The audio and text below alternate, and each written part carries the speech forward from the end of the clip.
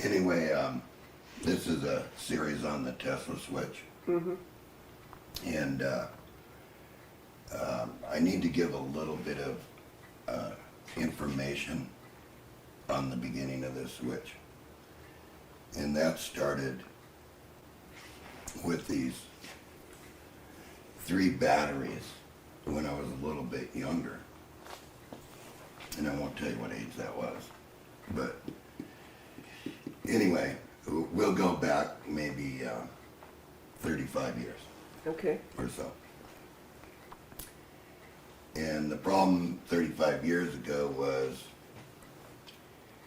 that you didn't make very much money working a job. Mm-hmm. So, well, not when I was going to school and stuff for this, but they had these D-cell batteries, and I think everybody's familiar with a D-cell battery. You know, these zinc carbon Yeah. D-cell batteries, and you'd buy them for your little tape recorders and things Mhm. like that, and you'd, when they were Flashlights. dead, you'd have to go buy a new Right. one, and you'd have to buy a double pack of the batteries. And so sometimes I would run out of tape, or sometimes I would run out of a flashlight, and I just needed that light for a few minutes. And so what I would do is I would never throw out the D-cell batteries because of the carbon rods and the zinc. Mm-hmm. You know, I used to use that material in whatever experiment that I was doing. So one battery would start to go dead, and then the machine would sort of waver in and out from the speed, you know, and you'd say, oh man, I gotta go down and buy batteries. Yeah. You know, and so what I would do is, and of course at the time, it was just a thought. And sometimes what I would do is I would take my keys out like this. And it would give me a few extra minutes on the battery by taking the battery and putting the keys across it like this. And just going, you know, sort of creating these little sparks right across the battery. And it's kind of hard for the camera to see this, and it's kind of hard for me to do it because this is in the arrangement of the keys that I had. Mm-hmm. But it actually was across the poles. Mm-hmm.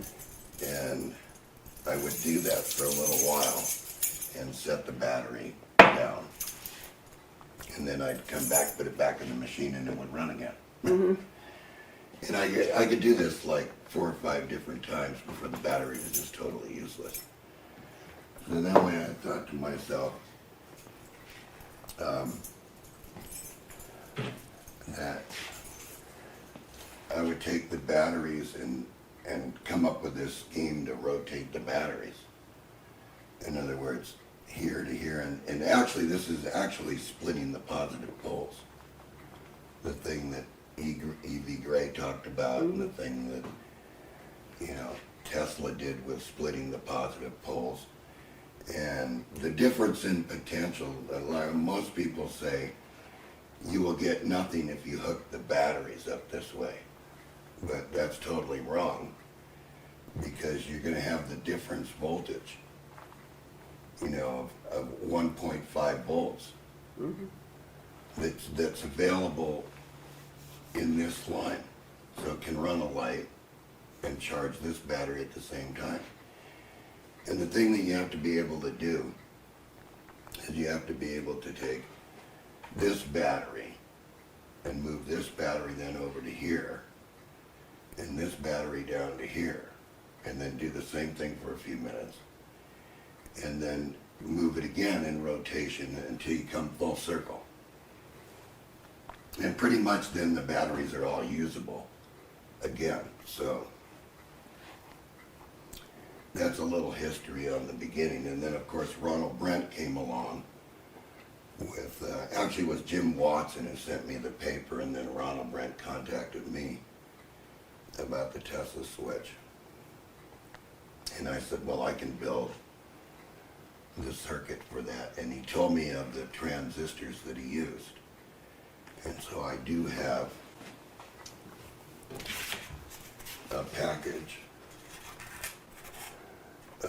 original type transistors Ronald Brandt used, which are PNP germanium transistors. Mm-hmm. And how I got these was somebody had 4,000 of these in a warehouse. So there's the original germanium transistor that Ronald Brandt said that he exploded in the Tesla car, the car that he was running the switch with. So let's give an example of this over on the bench to give you like a head start on the Tesla switch, because there are plenty of people asking about this diagram on my internet site. Mm-hmm. You know, that shows these batteries. It shows all 4 positions. Right. It shows this one and then ending up back, and then this battery is then actually ending up being charged again, along equal with all these batteries. So let's do that for a second here. Let's measure these batteries. And I'll try to stay out of the way and put the meter where you can see the meter. And we'll measure these batteries. So we'll measure this battery here. Why is it pulsing like that? It's open circuit. Okay, so anyway, we'll measure this battery. And as you can see, it's 1.518. So it's a pretty good battery for a zinc carbon. And we'll measure this battery. And you can see this is 1.509. Okay. And we'll measure this one.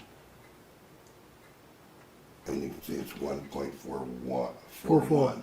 Right. But this is the one that the keys go across. This is Yeah. So see, it raised up a little bit from Right. what the 3 before. All right. So anyway, here's the idea. Is you put the good battery here, and you split these positives like this. And you gotta have some kind of load here, so I'm just gonna use this little resistor. And you go across it. And if I can make connection with this thing, I'll be doing pretty good. And you hold it there for a second. And then you take this battery out. And you measure it. And see, now it's at 1.68. 468. Yeah. 1.468. Right. Yeah, and then you take this battery, and this is the one you discharged. Put it on the bottom. This one on the top.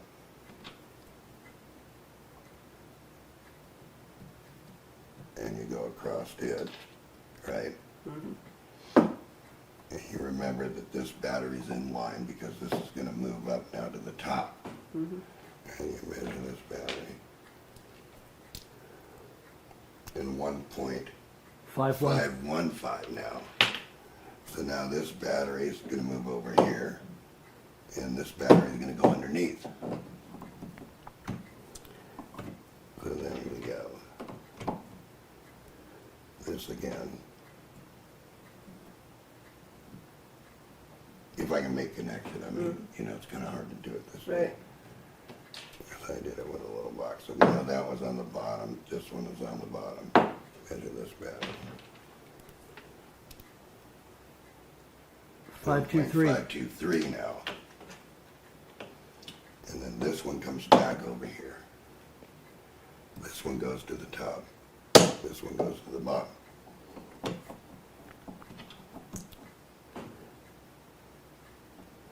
And then we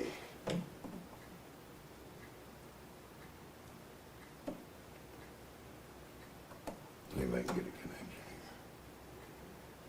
So you got a 1.5 volt potential on the resistor, like that. And so bottom, top, bottom. Go back and measure this battery. 1.47. 2. See? See how it goes up and down? Yeah. Okay, so you keep, in other words, Keep rotating the battery. you keep rotating the batteries and until you get them to where they're up pretty close. to in the nines. What is that piece of wire that you've got there? Is that just This is a lot like a 0.47 ohm resistor. And actually what you're doing is, when you're doing this, you actually can run a load. In other words, you have to adjust the load so you have enough to charge the battery that's unloaded. But I think everybody gets the general concept that they keep raising. So is this Yeah. sort of like the battery popper that Tom Bearden was talking about? In a way, Okay. in a way, Pat. Because this is splitting the positives, and you know you got 3 volts here, Right. And you know that the difference between this battery and the 3 is 1.5 volts. Right. All right, so you do have 1.5 volts over the battery. In other words, 3, and you keep rotating these. Right. And that what you really have to do is you have to make a computer program where it's a solid switch. See, I cannot hold Right. the batteries like, I'll show you what I'm talking about here. Okay, 1.517. 1.452. That's a lot higher than what it was when we started. Okay.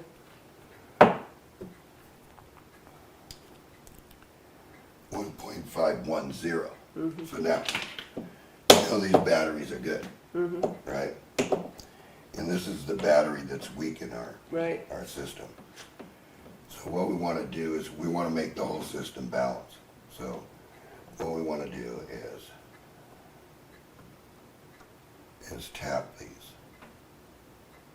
See, I'm not holding it directly on, I'm just tapping You the just, battery. yeah. It's like a telegraph key, basically, right? And then I know that this one's the bottom one, this one's the top one, and this one's the base. And if I make good connection, see, I'm up to 7, 8, and then if I let it sit, it'll raise itself up. Okay. So then the next position then would be this one, Right. right? This one, and then this one. See, so if you look at where I marked it, 1.5, right? 1.5, 1.4. See? It was 4.1. So I tapped this one, like that. And then I put these in position again.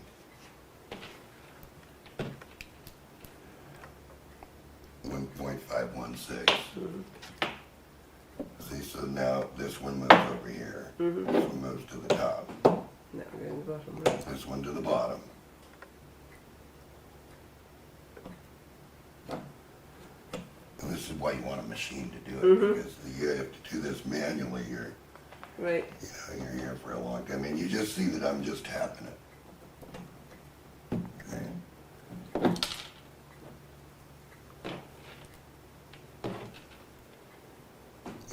.521. This one's going to come over here. This one's going to go to the top. And it's a juggling routine. Right. It's like juggling. But you can see that if I had a machine to do this, I could recharge my... Now, NiCads work a little bit better, and so do so now we'll just tap this one. See, I'm just tapping it. I'm not holding it directly on it. I'm just tapping it.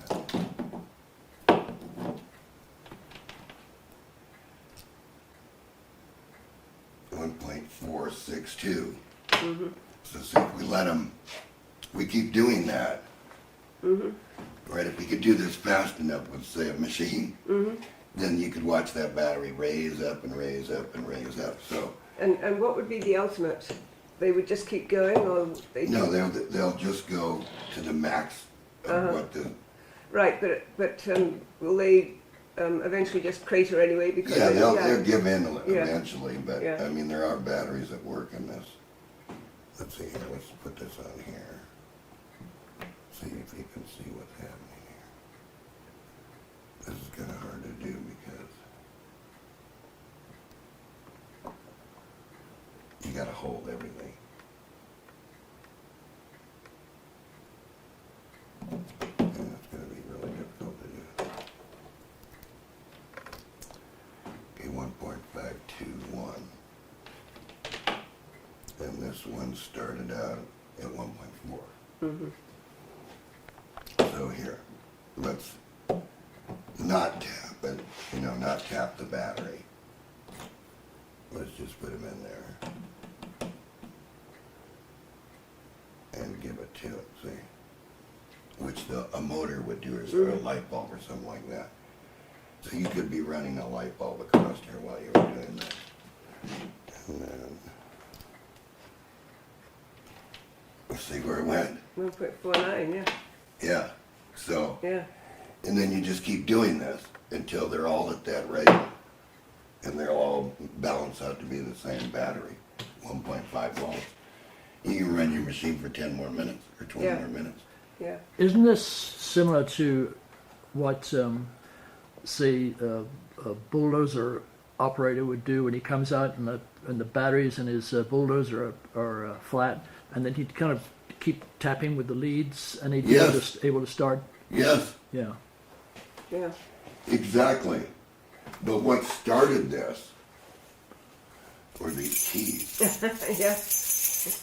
The brush discharge spark, right? Because it like jolts the battery into a recharge. And this is all we had back then, Right. Right. was the super heavy duty D battery, which is a zinc carbon battery. And I want to clarify this for everybody because they keep asking the question about what is this? What machine is this? Well, this is basically a Tesla switch with 3 switches. And these switches, the switch would have to do something like this. I'm just going to give an example. I mean, I haven't, done anything because I Right. only thought of it mechanically when I was working with it.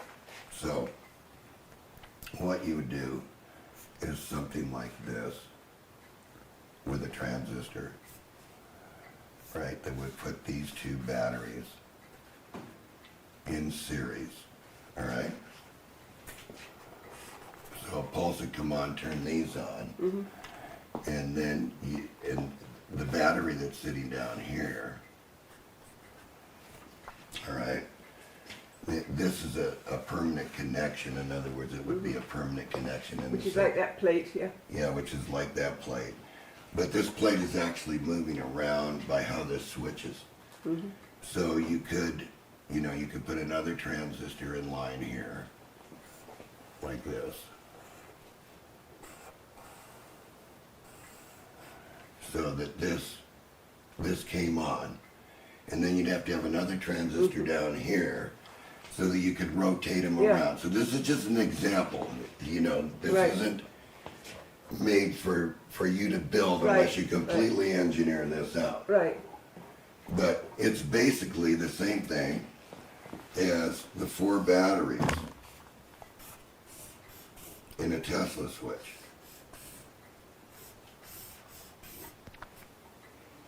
Battery 1, 2, 3, and 4. Where they alternate between parallel and series, parallel and series. And that's basically what this is doing. Parallel series, but with 3 batteries. And you can try this experiment. You can actually do this experiment. I would not suggest that you do anything more but short pulses because you can explode these. These will explode. So I'm making a very stern warning right here that you got to be very careful when you do this, and that's why you just see me tapping it. Because I just don't want to directly hold it on because you can feel the heat when that happens. And what happens to this battery is the chemical dries out in it. So you're only going to get so many plays, Yeah. with your radio again. Yeah. The alkaline battery a little bit different. It's got, alkaline material down, and then the zinc is down, and the alkaline material and the carbon things surrounding it. So alkaline and NiCad batteries work just a little bit better than the zinc carbon. So anyway, this is the basic premise before that everybody's been asking about. Why are these diagrams on your pages, and what were you doing here, John? Yeah. Well, I was showing you a way, if you wanted to do this mechanically, and you can make good connections and do it mechanically. You can make a rotating drum that did this, Yeah. and then I wanted to give you a little bit of insight into how some of these different little switching systems work. And so I showed a full page on this, which that I've had forever on the internet.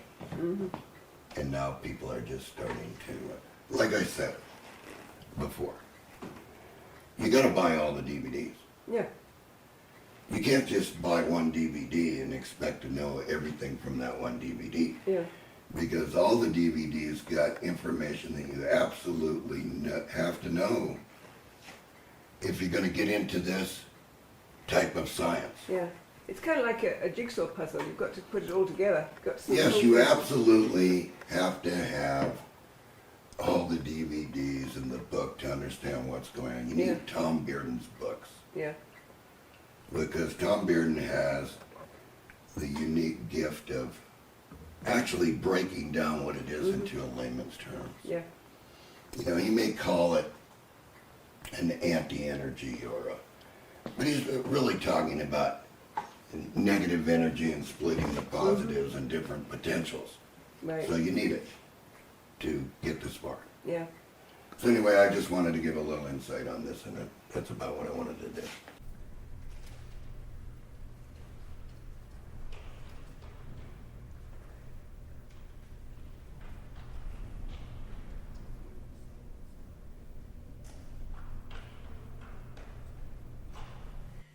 So John, you say this is a Tesla switch. Can you tell me what that is and how you found out about it or heard about it? Can you explain In it a little about bit more? 1982, I had a friend by the name of Ronald Brandt that said that they were using this type of a switch in an electric car, and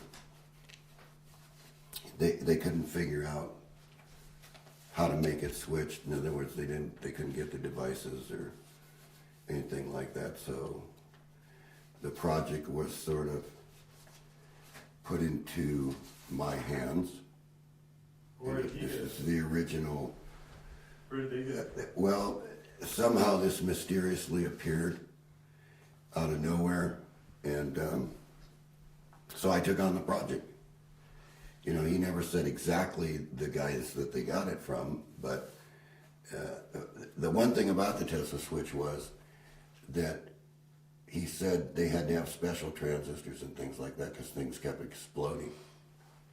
And I said, well, what do you mean it kept exploding? And he goes, well, it would run the car for a while, and then the transistors would just vaporize. There would be nothing left of them when they would do the testing on the car. It would run for a while and then mysteriously just vaporize the transistor. So I took on the project to make a small miniature model of it at first, which I'll be going over here. Can we back up just a second? When you said they had it in a car, are you talking about a full-size car? Yes, full-size car. They had this in a full. Not a golf cart or... No. This was a full-size car. And you drove around? And he drove around with it with 4 batteries. And they couldn't get the devices any longer, so because they were obviously military devices, from what I understand. And when they would burn out, they would vaporize, and it would just go into oblivion. It's basically where I got started on this. And you're talking about the transistors, did you say, would vaporize? Yeah, at that time they had probably they looked like hockey puck transistors. They were about that big around, and they were germanium. They weren't even using silicon. So of course, when the germanium transistor would go into this, whatever happened, it would just vaporize it. So the thing was massive, according to Ronald Brandt, which is why he sent this letter. Why do you think he picked you? I was real good with switching systems and things like that, and did, a lot of work with audio stuff that used transformer switching and stuff like that. That's probably why they picked me. And it was, you got to remember that too, it's around the same time in 1984 that the Tesla Symposium was going to go on. And it was Jim Watson's friend. Okay. All right. And so Jim Watson obviously was working on the machine from my little book. And I was working on the Tesla switch that Ronald Brandt had remembered. And so what I want to do is to give the people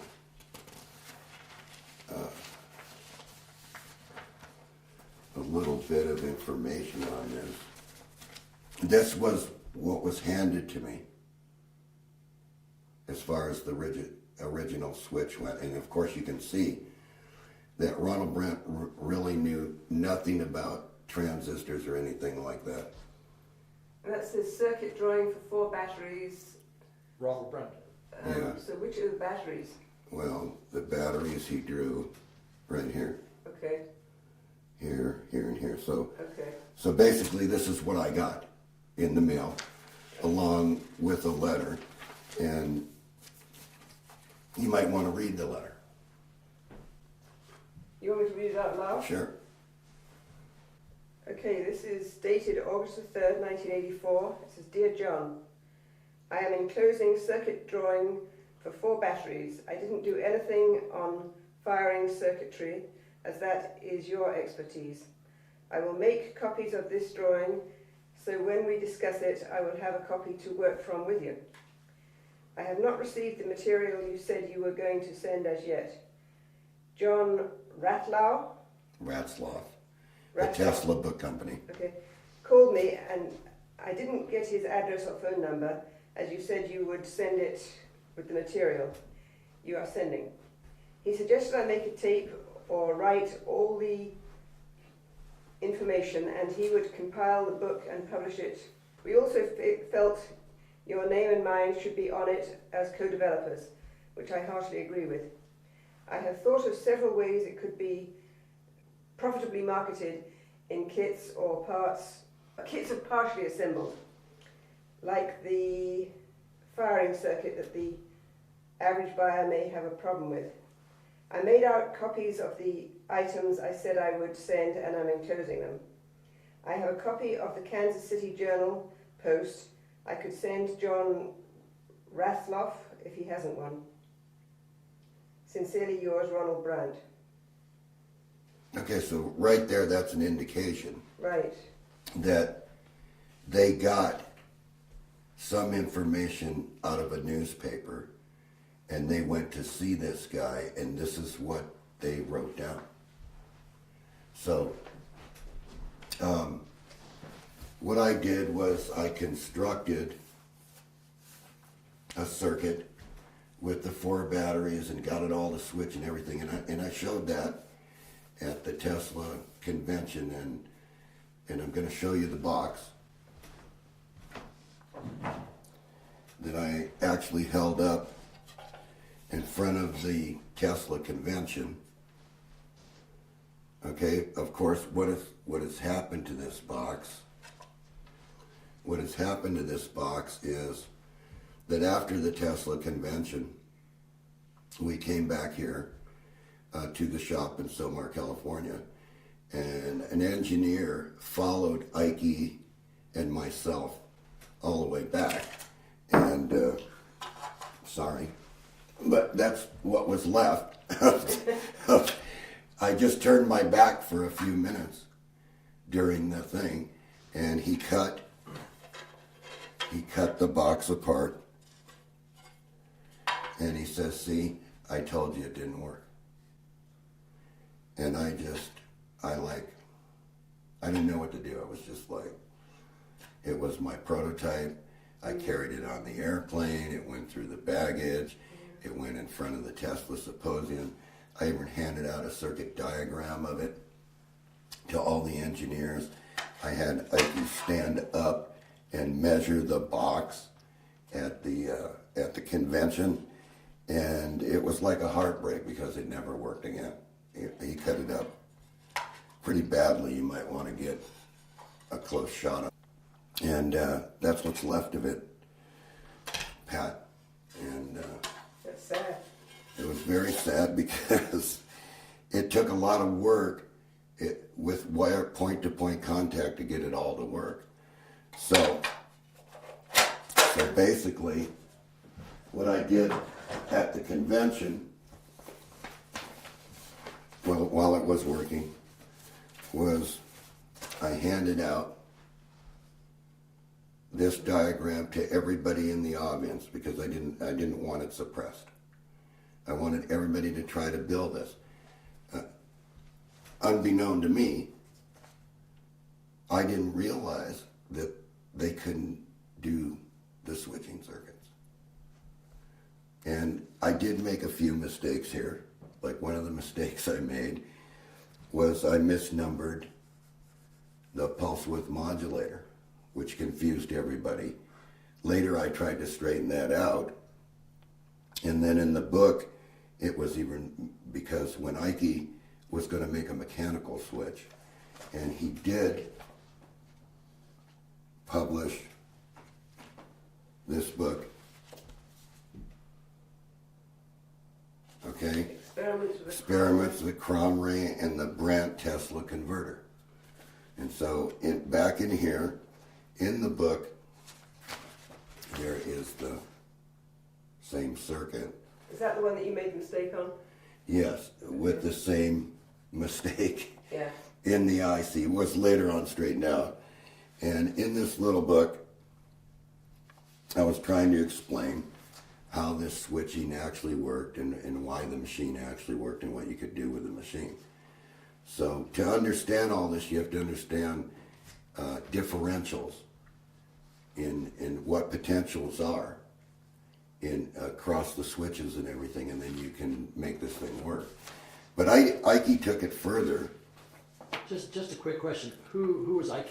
Ike Mueller worked for NASA. They worked for NASA. So obviously, I think what this was going to end up was a way to keep all the batteries charged on the satellites or something that they were working on. Now, whether they ever succeeded, well, I heard that they did succeed by optocoupling it, and we will get into that in a little bit. But And when was this book written? well, 1984. 1984, Yeah. was it? and that was from the Tesla Book Company. And now we're still publishing that. Yeah, 1984. Okay. And so if you go back in the book, Ike, you can see, well, it's kind of hard to see because you see that he's clip leaded everything and he's using a mechanical switch here. So when one of the clip leads, he's using automobile batteries here. And so when he's doing this and the currents are going through here,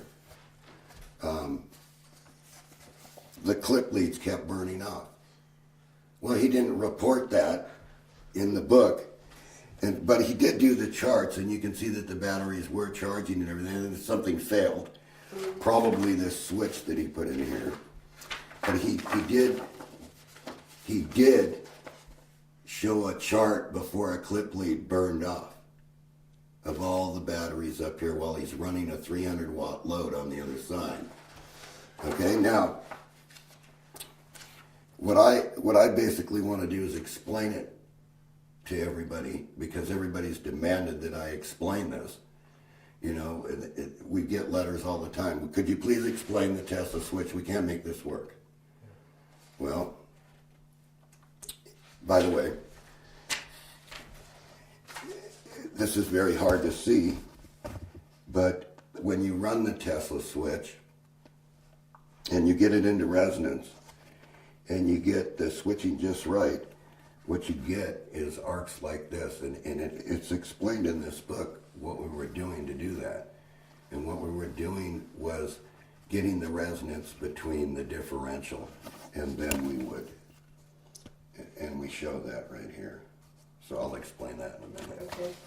And so I think that the first thing to do with this is explain, number one, that, because I want to clarify that we used this switching regulator, which at the time was brand new by RCA, and all the engineers were starting to use it, because you could time it, you could get the time, and you had phases. You could go from 0 to 180 and stuff like that, so it would go back and forth, so you could switch these banks easy with this. And this was the SG3524N. That should have been the number on the diagram here. But I don't know what possessed me at the time. I just made an error. And so I'm here to clarify the error. Okay. It's taken me a few years too, because it's been almost now since 1984. 25 years. Yeah. So I guess the first thing to do with everybody is, unless you have any more questions, No.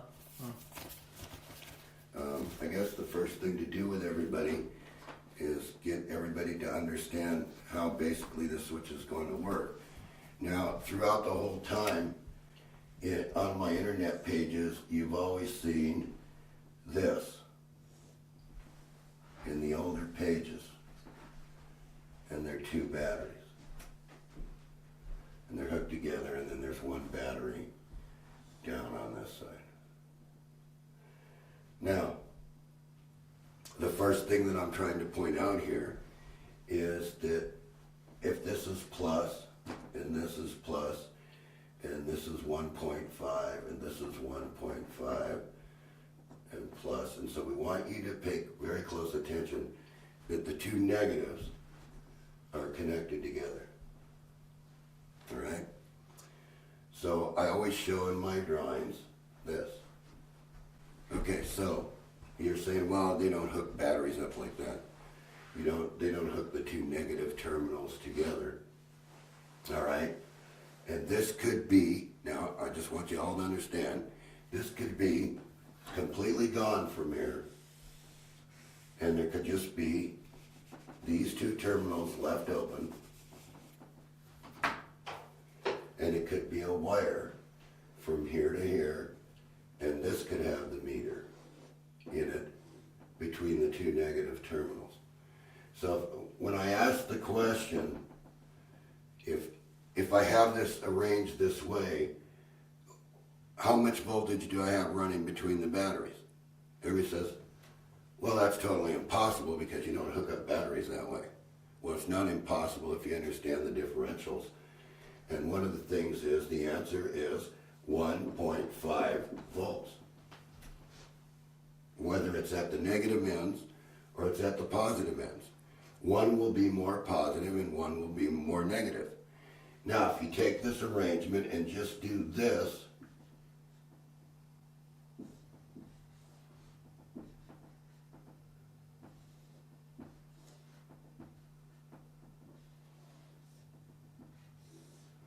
you have a Tesla switch if you go back and forth. This has been on my internet site forever, that it flows this way and then it flows this way. So what's it actually doing?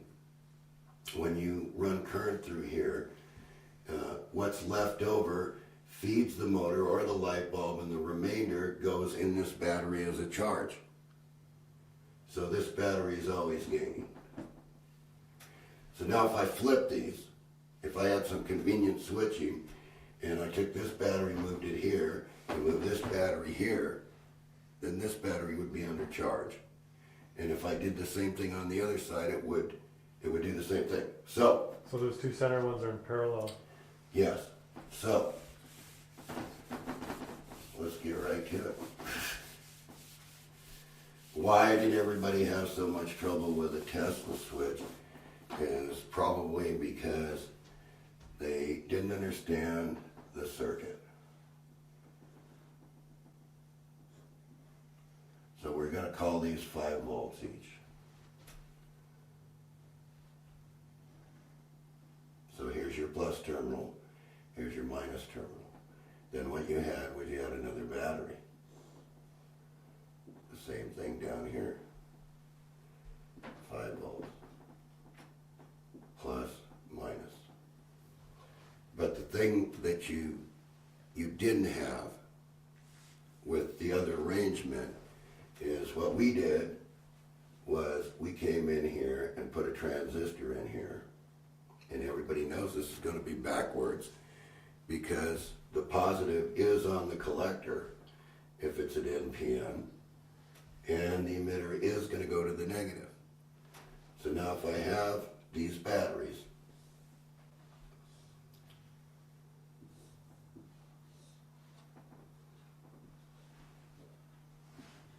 and I arrange the switches the same.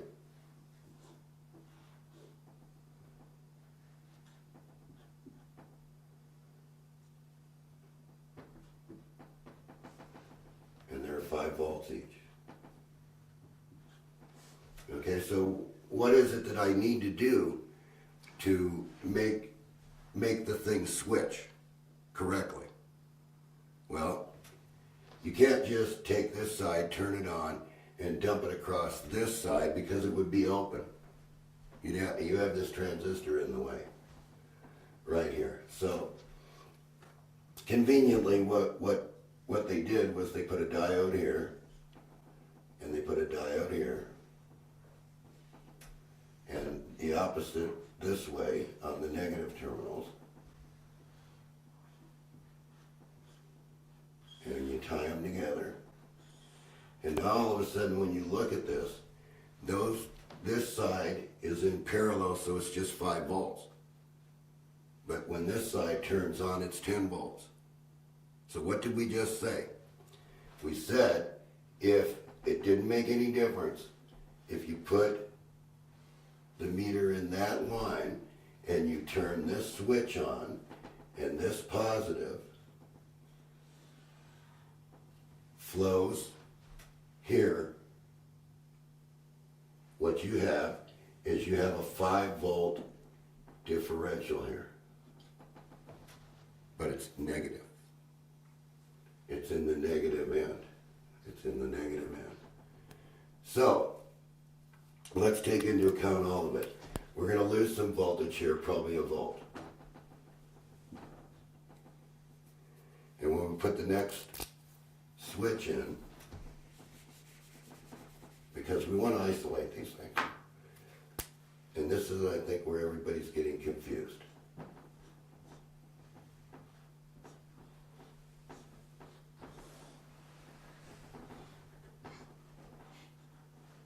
Remember, we want to switch banks. We want to take the power, we just want to take the differential power from this circuit. And this is a very small value, but just to prove the point, we're going to use the small value. We're not asking for a lot of power here. We're just asking for the explanation of how the Tesla switch works. So, we know we're going to lose a volt here, we're going to lose a volt here, about that. And if you get real efficient devices, you're not going to lose too much. But we found out later on you also needed a switch here. And see, notice now this positive end can go to this collector, and this emitter end can go over here and feed the diode. See? So if I turn this switch on right now, what I have is I have about 3 volts here that I can use, that I can have. Because the rest is feeding across, the battery's only going to take what it wants to take to charge. So I started out with 10, I got 5 there, I end up with 3, and that's enough. When it runs through the load, you only have to be 2 volts over the batteries to charge them. So, now if I did the same thing on this side, and let's start over right here so we can get this clearly the way that we want to do this. If you notice, when this side turns on, that means this transistor turns on here, this transistor turns on here. So all of a sudden, there's 10 volts that's going to want to appear across this 5 volts. Well, if you go back to my original drawing,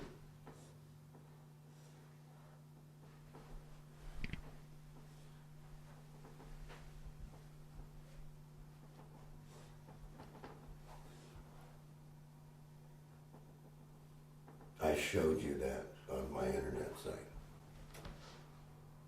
I tried to explain all this to everybody on the internet site.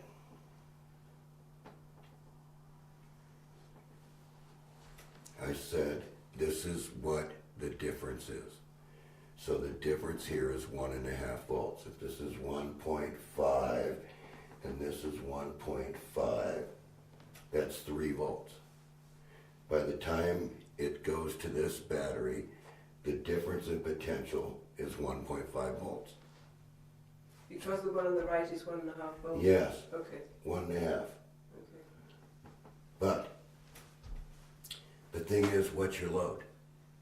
You see, you can put a load here. You can put some kind of light here. So you have to calculate this load here to work with what you have as potential. Without calculating the exact load, you're never going to charge the batteries. You're going to deplete the batteries. And no, you can't put a capacitor in place of this battery. It's not the same thing. Okay? This is what Tom Bearden and I refer to differentials and potential. And so, no, you cannot put a capacitor here. And no, you cannot put a capacitor here. It's not going to do anything. It's just going to deplete itself and it's going to stop working. All right? So, let's get right down to the basics, how we switch this, so that you can understand the switch. And then we'll get it, we'll do the whole circuit and we'll show you a running model and we'll show you it optically coupled, so we made it a little bit easier for you this time. So, what we did with the switches is at that time, optocouplers weren't very good. And so, actually, this transistor would have been in the circuit this direction between the 2 batteries. Today we have FETs. You could probably do this really easy with FETs. With what? With a MOSFET. What's a MOSFET? Field effect transistor. Okay.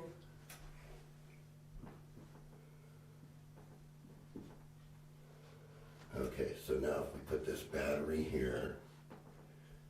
So if everybody that's interested in the Tesla switch needs to do these simple experiments, they just better do it, because it's the only way you're going to learn how this works. So I don't care where you put your meter or your light.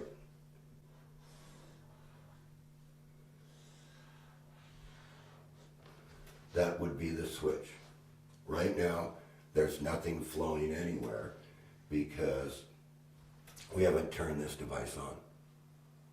So, how are we going to turn this device on? Well, somebody's going to come and say, well, you could just put a resistor here and bias the base and it turns it on and turns the light on. Wrong. That's not what we're after here. We're after switching. So what we did was we took an audio transformer, the 1K side, and the 8 ohm side went on this side. So that when we took this and put our pulse into this, it turned this device on and this light flashed. So just imagine this now with bigger batteries, with field effect transistors or any of the newer devices, with bigger batteries and better currents and better circuits and everything that we have today, right? We could get some real power down here, but it's only going to be the differential power. So I want everybody to understand that. So if you have 12 here, and you have 12 here, and 12 here, you have only 12 to work with, minus the drops. So if you have a 1 volt drop, you have 11 to work with, and 2 to recharge the battery, because you have to be over the battery. And the way you can tell that you're over the batteries, you're ending up with 24 volts here when this is on.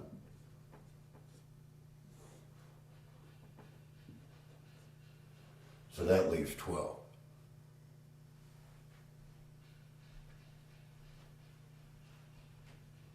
But since the potential is 24, it's a little bit higher than what everybody thinks. And the batteries keep climbing upward. So that's the basic switch. That was the basic switch. This was a 2N 5885 originally. And I know what the diagram says because these devices all work. 2N3055H. Not just a 2N3055. It has to be an H device. Now, why do I say H? Because a 2N3055 has a little chip in it like this, and the H device has a chip in it that's about that big in comparison, which means it can handle more current. So there's one of the key things right there, is you want a device that's at least can handle 25 amps. It has big wires and there's not much of a loss. And when we're talking about the diodes, we used high frequency diodes at the time called MR852s. They were 20 kilohertz diodes. 3 amps. Because we thought we were going to be switching up in all these high frequencies, that's the only reason we use that diode. And that's why you see it in the schematic. Today you'll use a Schottky diode with a much lower DCR and much faster cutoff. DCR being what? The resistance through the diode, the drop. So we want to keep this drop as low as we can get it. We want to keep it below 0.7 if we can keep it there. So that's basically how the switch operates. You put the pulse in here, this triggers it, and when you look at this with the audio transformer, you're going to look at a spike like that. You know, you're not going to see a perfect square wave on the device. You're going to see something that looks like that, which is just going to instantaneously turn this thing on. So before the actual current can get through the circuit, it's already there. This potential is already over on this side. John, this is the same wave that you've shown in all your stuff, isn't it? Yes, all negative and radiant circuits, they all work the same. There's no way around them. When the radiant goes off the scale, things explode and vaporize. That's what happened to Ronald Brandt. So this has nothing to do with the collapsing coil here? No, There is no coil. has nothing to do with a collapsing coil. It has to do with this instantaneous switch that appears before the current drags this down.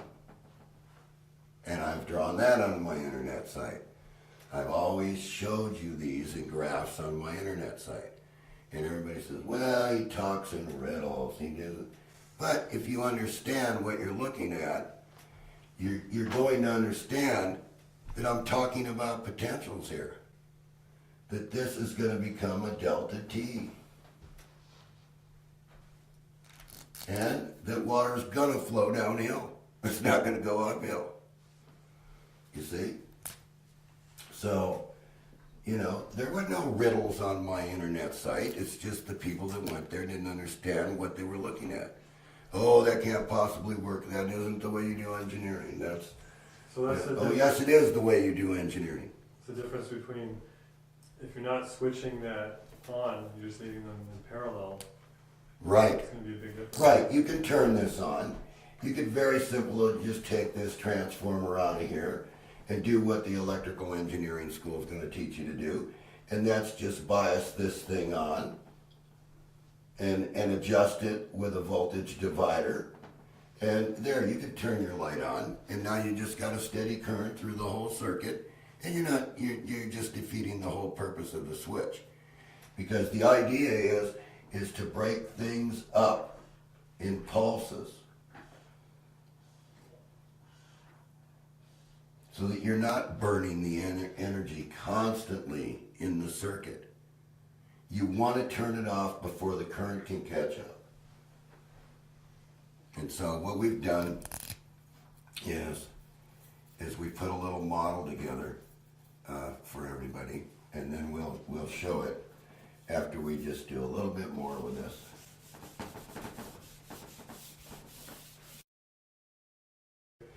So anyway, what I've drawn here, and I want to get out of the way of this, I want to actually point, okay, this is the full Tesla switch. Batteries indicated in electrical terms with these symbols. The red, the plus, the black, the minus. The transistor indicated E,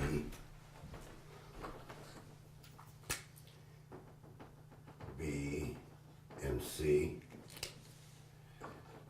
And what I want to make known right now, right at the start here, is the test unit that we built with this design right here is the MJL 21194, which is used in the monopole motor. It's an NPN. Yeah, it's the NPN transistor. So if you follow this through, you can see what Ronald Brandt was trying to depict by this drawing that he handed me in 1984 when he wanted me to switch. And so what has to happen here is if these batteries are 5 volts each,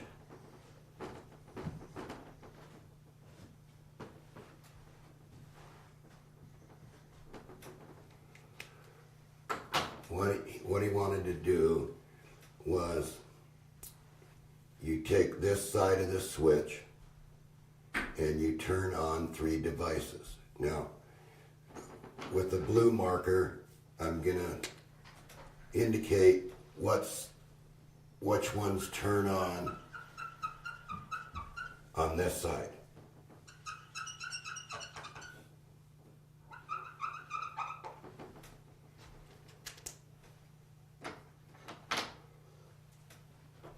So, what Ronald Brandt wanted done was he wanted this switch to turn on, this switch to turn on, and the opposite switch to turn on.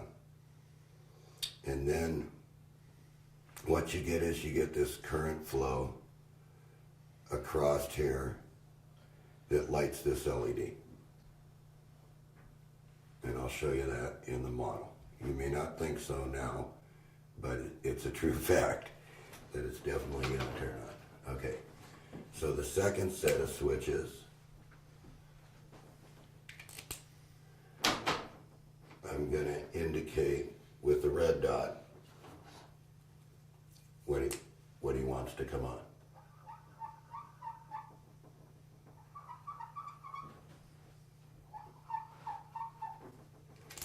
I want you to take a look at that for a minute.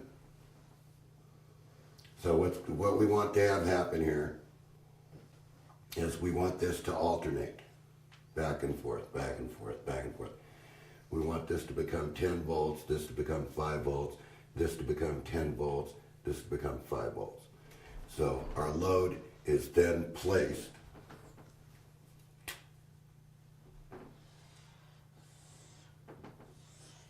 between the two negative terminals.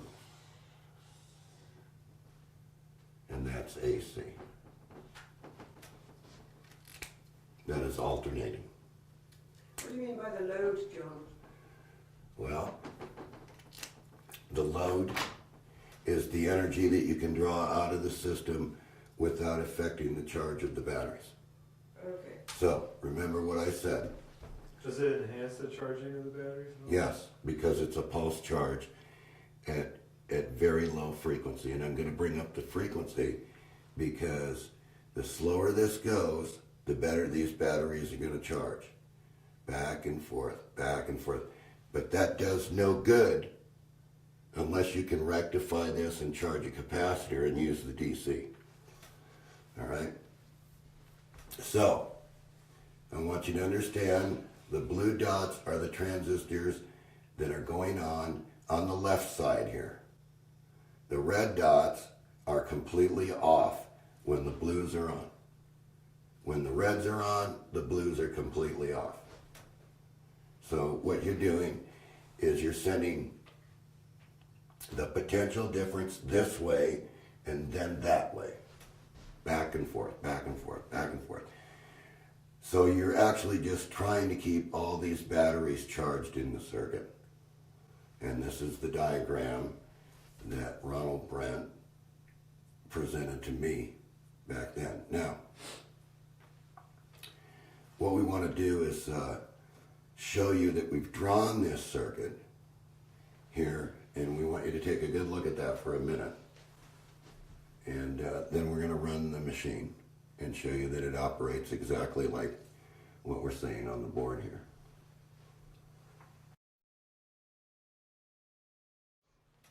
Okay, so now that you've seen the circuit, and I've explained to you that this side here, the blue dots go on, the red dots are off. So that means you're switching the load backwards and forwards. And an easy way to think of that is a rocking pendulum. It's that way, and then it's that way. It goes this way and turns these on, and these charge. And then it goes the other direction and turns these on, and the other side charges. And then what you're doing with the negative terminals, remember what I said about the batteries, and I'll go back over that again. I'll put that right here for you, so you can see what this side is doing. So this transistor right here is sending the energy this way. And I'll indicate that by a blue dot.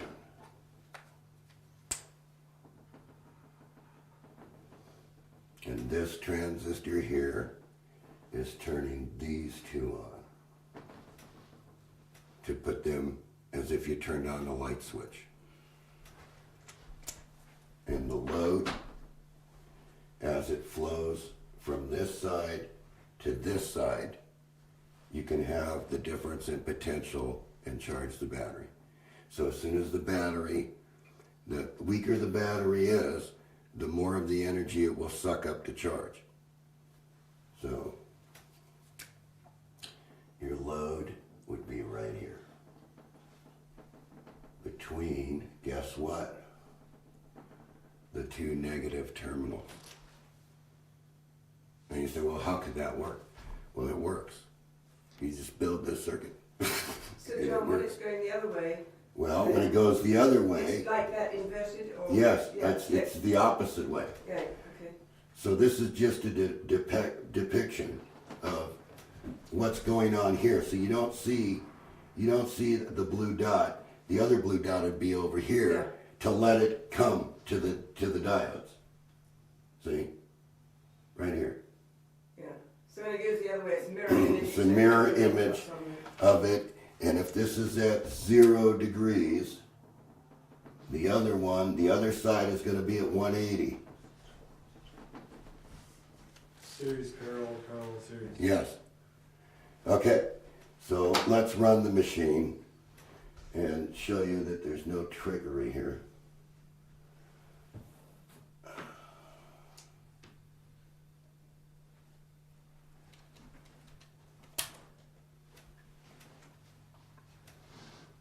All right, so anyway, this is the actual machine, and it's running.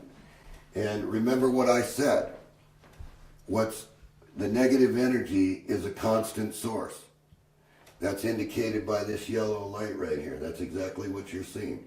You're seeing both sides switch 180 degrees out of phase from each other. And the frequency is adjusted by the potentiometer that was in there. And watch the radiant, or the negative, when I do this. It stays the same, but more, it's constant. So now those batteries are going upward. Now, let's say we want to look at the AC. So for this, I want to use an analog meter, because I think that the camera can pick this up much better so that you can see the AC.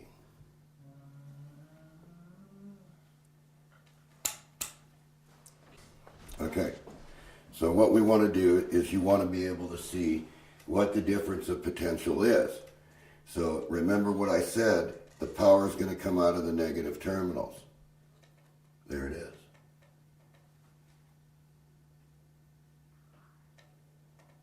Okay, and if we come down here, so what's that, about 4 volts? Remember I said you'd be missing a volt. Okay, so and if we change the frequency,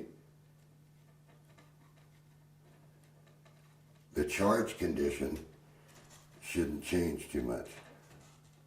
It's about the same. Same thing, yeah. So see, you can't affect anything with the negative energy. It's constant once the switching occurs, no matter what frequency. So why have different frequency? Well, because of the batteries. We didn't know where the batteries were going to be. Oh, which is most optimum for charging Yeah, the batteries? which is most obstinate, which you could check out. So you want to measure the battery, then we go.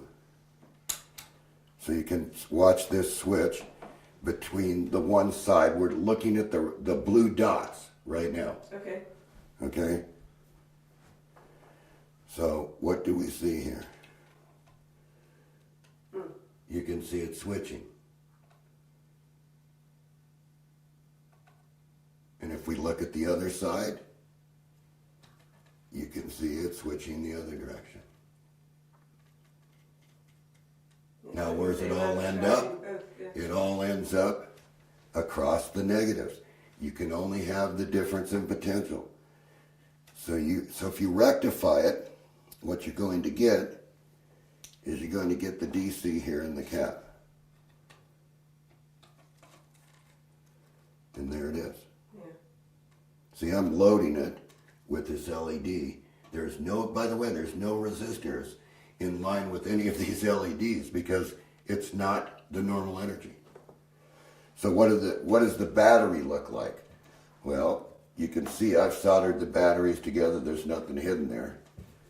And if we go to the DC, And those batteries are what, just for the record? John? 5 volts, they're NiCad batteries. And if we look at the battery, I'll try to get my arm out of the way.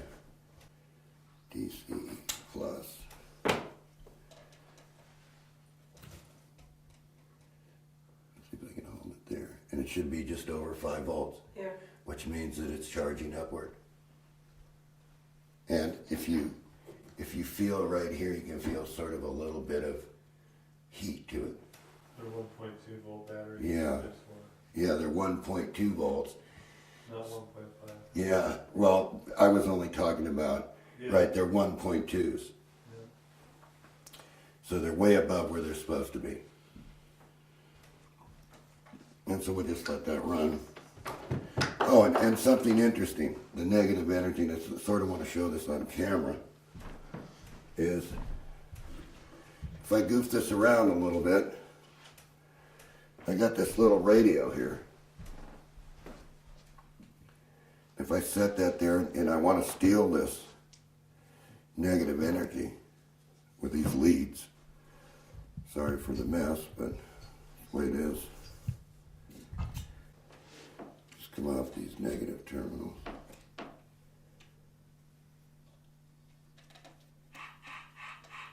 And you can hear it switching.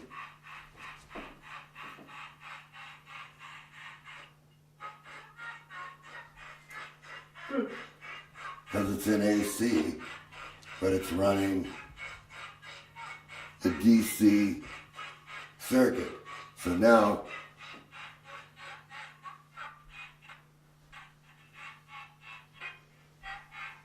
let's see what we can do with it.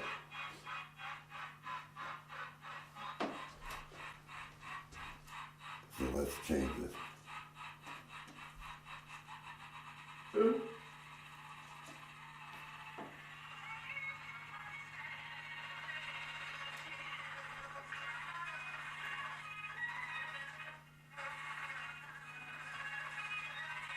So see, the higher the frequency, Yeah. right? You want to get it above that, where I have it, and then you're getting a straight, steady DC out. You can power things without affecting the batteries, and I'll show you that. We don't get AM radio too good here.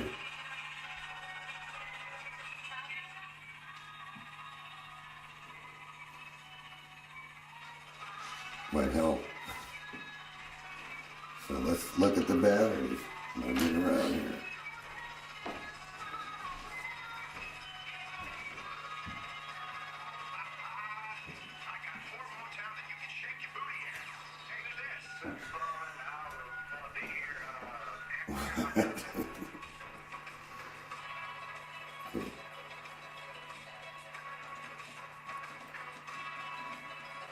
So you can see we're powering our batteries, and they're staying up there. The LEDs still the same. Yeah, the LEDs are the same, and we're running the radio off the free energy, or the negative energy of the system. So how long did that go for? Quite a while. What's quite a while? Quite a while until you deplete the battery, until you deplete the nickel cad in the battery. So where it's charging, it's still... Yeah, you're able to take the differential that the battery doesn't need, and that's free to the radio. And you can see here, if I slow it down, I'm in a charge mode where I've got big pulses going back and forth. And what you need to do to run equipment with the negative energy is you need to convert it. You need to convert it at a higher frequency, see? So watch.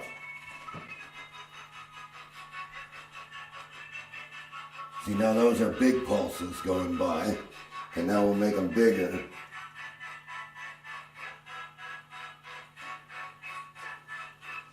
Okay, what I don't understand, John, if this is actually charging those batteries, how do batteries wear down? The nickel cad will burn in them. Okay. Degrade, just Degrade. Degradation, okay. See, you can't, in other words, what you want to do is you want to be able to, say I want to listen to my radio, you want it at a high enough frequency where you can take the energy from the circuit without depleting the circuit. Right. So anybody that says to me that the Tesla switch never worked, it's because they didn't understand it. And there were a few mistakes. So once again, take it up.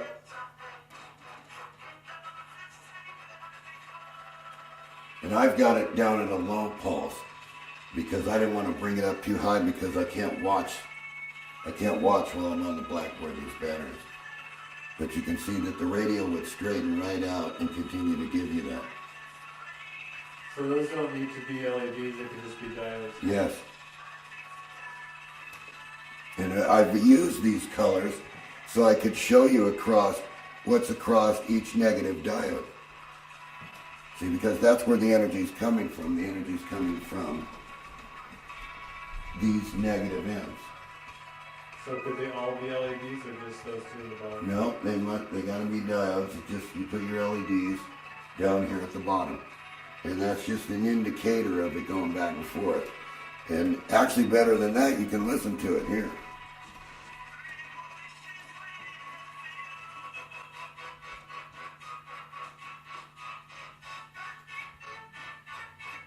Because it just takes that difference in potential and moves it back and forth in these batteries. One set of batteries is going to 10 volts, the other side's going to 5 volts. And this side goes to 10 volts and this side goes to 5 volts. So it's all in how you switch.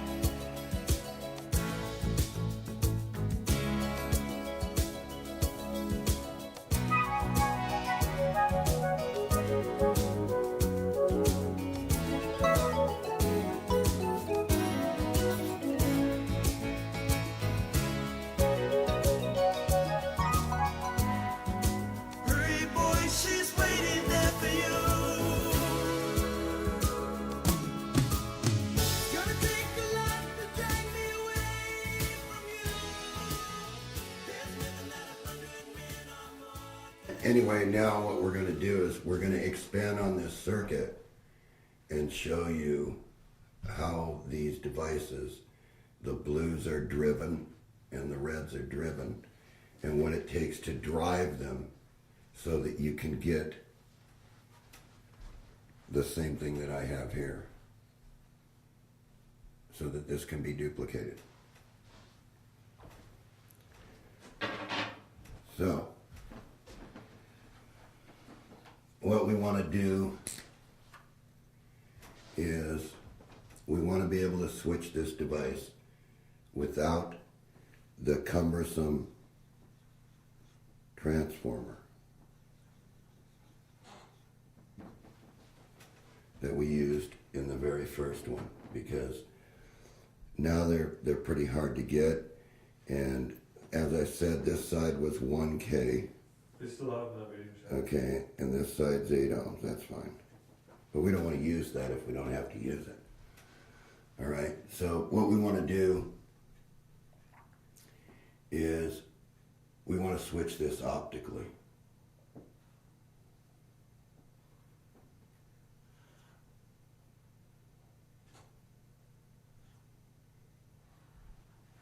So your first optocoupler would be here, and the diode would be here in the optocoupler. We want to clarify this part, this optocoupler up here, and I'm going to do that is I drew the part here. It's a 6-pin IC device, pin 1, and this is the direction of the diode. So the input signal is going to come in through pin 1 and exit through pin 2. Pin 5 is the collector right here of this transistor. This is 5, this is 4, this is 1, and this is 2.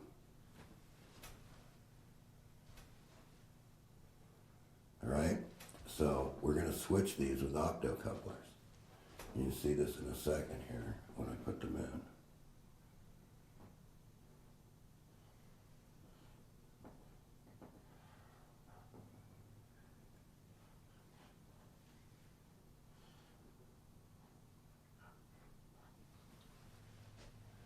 So there's an opto there, and an opto there, and then we need an opto here.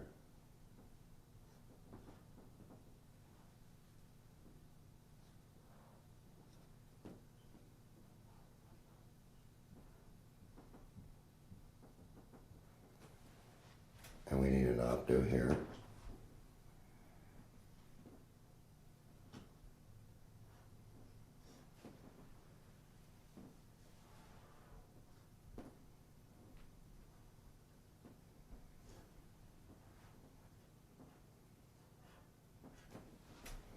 We need an opto here.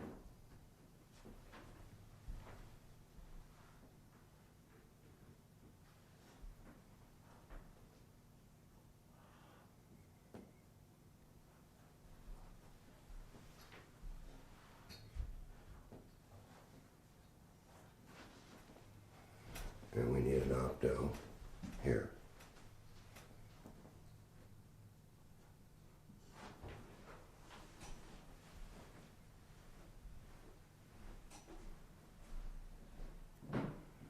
So we don't care about these bases because they're going to be switched with a diode. Okay, what we have is these now are all driven independently and they're isolated from the oscillator by an opto. This is 5.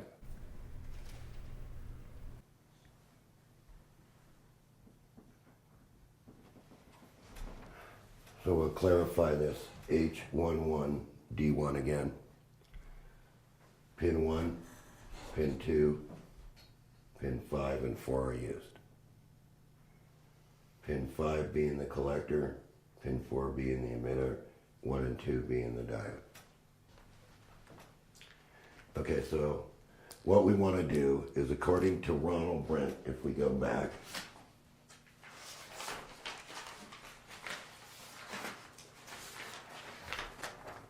to his diagram, this is what he wanted to do. He called, if you can get at this, he called it S1, S3, S6, S5, S4. And he said, specifically in his writing, fire together, S1, sorry, this one being S1. And then he said fire S3, which this is going to be S3. And then he said fire S5, which this is going to be S5. And that would take care of the blue side, which would be this side right here. And then he said S2, fire S2, which this is going to be S2, and this is going to be S4. And then on the opposite side, he said we're going to fire S5.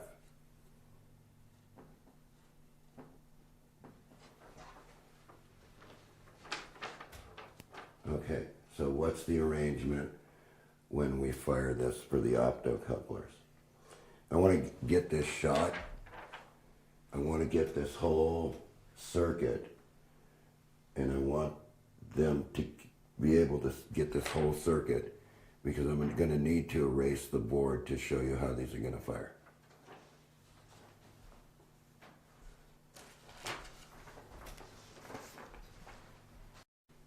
Okay, so what I've drawn on the board right now is the sequence that Ronald Brandt wanted. So once again, S1, this is the optocoupler on S1. That's going to drive the very first transistor at the top, and according to the other diagram that we posted up earlier. And then he wanted S3 to fire. So see here, the diodes are all put in series. So if we come in here with numbers for the optocoupler, this would be 5, this would be 4, this would be 2, and this would be 1. So here's the sequence.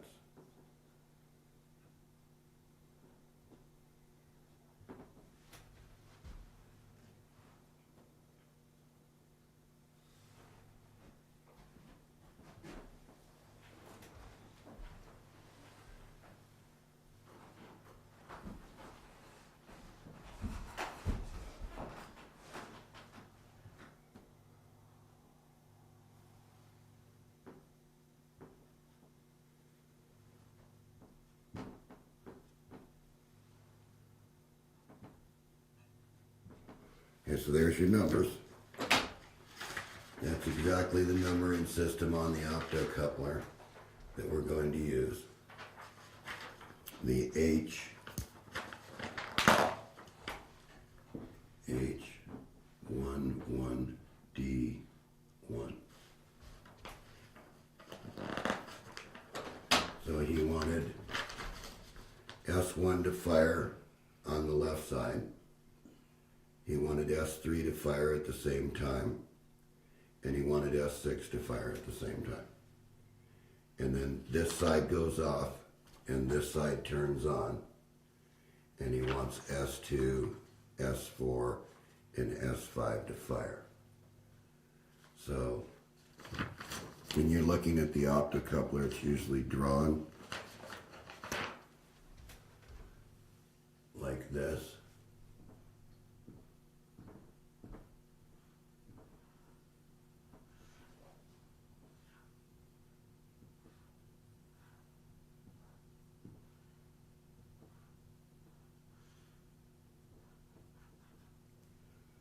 And then there's a box around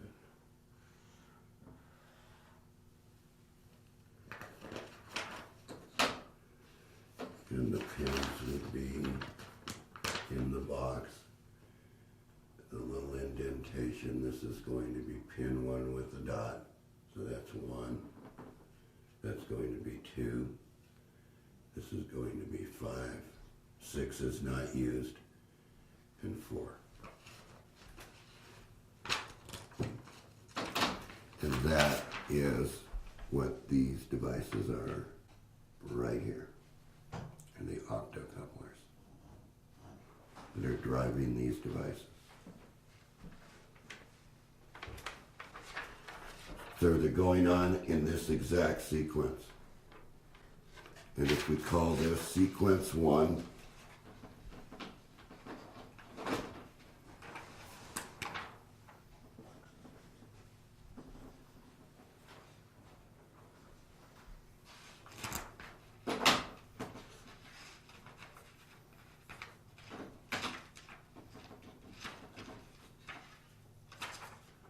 and this 2.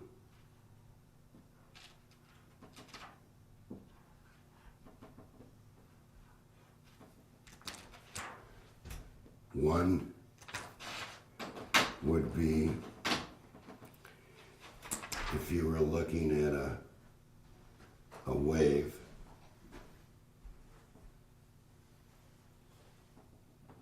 Like this. We could call this the on this sequence and the on this sequence. But since the SG3524 doesn't work that way, it just steps over.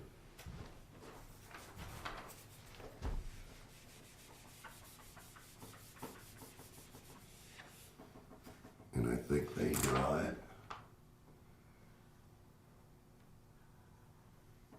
And we'll just call this, it would make it really easy if you just call this side 0 degrees.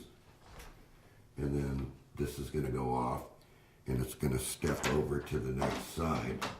It's going to flip the other direction.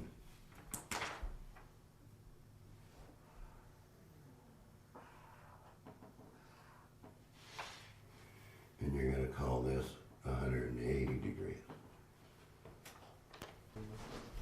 Okay, so what we're saying is number ones are going on first, and we'll just say that it's at 0 degrees. So if we drew it, you could just draw it like this, except that this would have to be plus and this would have to be plus. So this would be 0 and this would be 180. So that's the way we want it to switch. We want all the blue dots to switch first in that sequence to allow the batteries to go to 10 volts and dump the potential across the 5 volts. So what I want to make very clearly now is how you're going to hook these to the transistors. We'll still use this here. And how they're going to hook to these transistors are these emitters are going to go to the bases.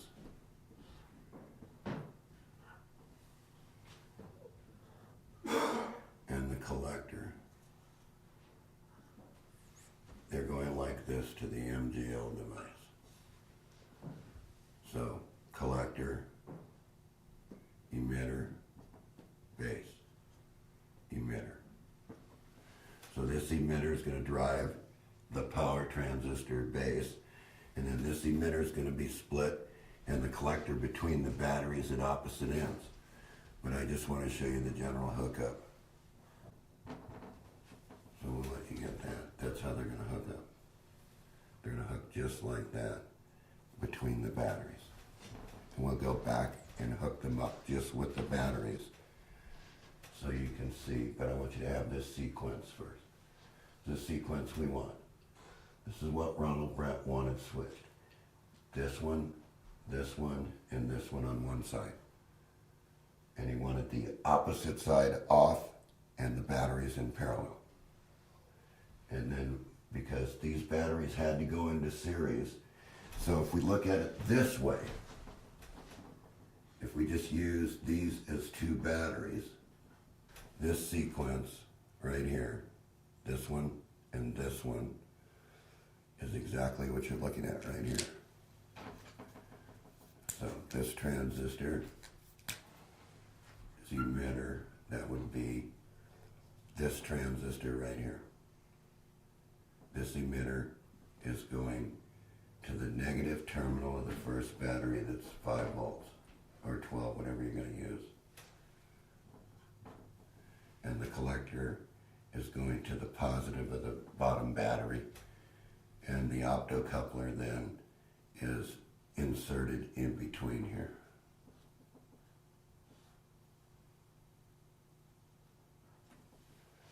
Optocoupler's emitter driving the base of the power transistor, and the emitter going to the negative here, and that's the very first sequence.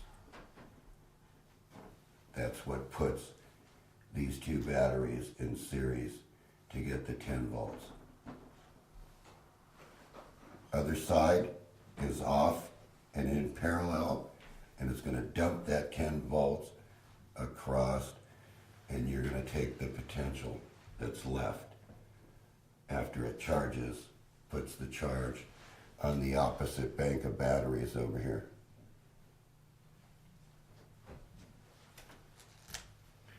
Okay, so now we're going to move on to the next sequence, okay? Okay, so the next sequence is building the oscillator, and here is the chip number, SG3524.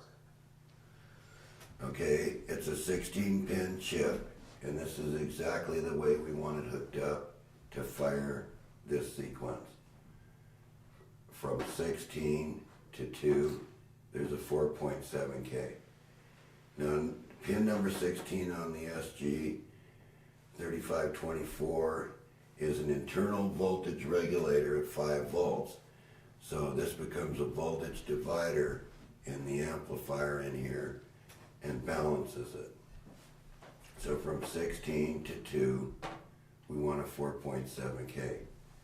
And from 2 to ground, this whole line is ground. And you can see that these grounds are all indicated that they're the same ground by the color. All right, so we want from pin 1 to ground a 4.7K. We want everything divided in half. And we want from 2 to ground a 4.7K. And for the timing, you may have to fiddle with this a little bit because of the timing on some of these chips. These only come in 2 different models now. You're either going to get this in a TI or you're going to get it in a, I forget what the other one is right at the moment, but they're oddball chips. And you may have to play around a little bit with this division, this divider up here, and the capacitor down here. You want as low leakage capacitor as you can get. And basically you want to go as slow as you can go, like this one's going over here, so that you can watch the sequences back and forth and what it's doing to the batteries in the system. And so this is exactly the way we want it hooked up. So this one turns on. Here's S1, S3, and S6, right back to the original Ronald Brandt circuit. And he's indicated that right here, that S1's going to go on, S3 and S6 are going to fire together. It's these here. Now, we've put 330 ohms up here that are going into these collectors here, because this is our current limit for these LEDs that you're going to use in the optos. These are the optos, these are the pin numbers again. Okay, so we're firing S1, S3, and S6 together. The first pulse, then the thing's going to flip 180 degrees. It's going to fire S2, S4, and S5.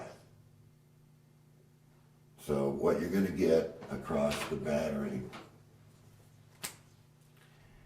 is, once again,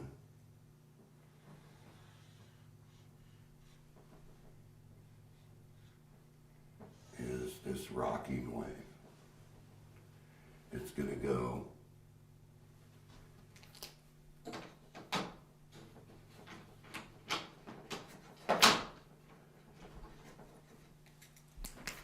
this direction, and then it's going to go that direction. So what you're going to see is a rock between the batteries. Between these batteries, you're going to see these batteries rocking, and I'm going to show you that one more time.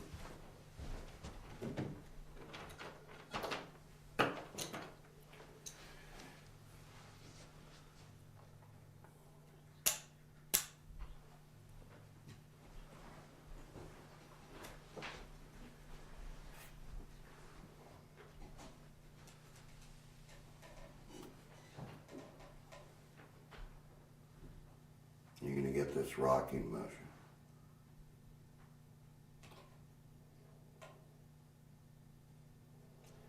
Now, once again, if you're familiar with our energy series, once again, what's actually happening is that the battery is being pulse charged backwards and forwards through the load on this sequence. So we can have the difference between the batteries. Once the battery charges, we get the little bit of different potential difference which you can use, which is indicated by the yellow light. And I'm sorry about the radio. Bring the radio back. Let you listen to it one more time. I had to get it out of the way.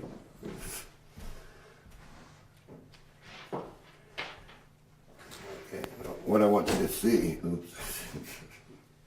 what I want you to see is there's no batteries in the radio.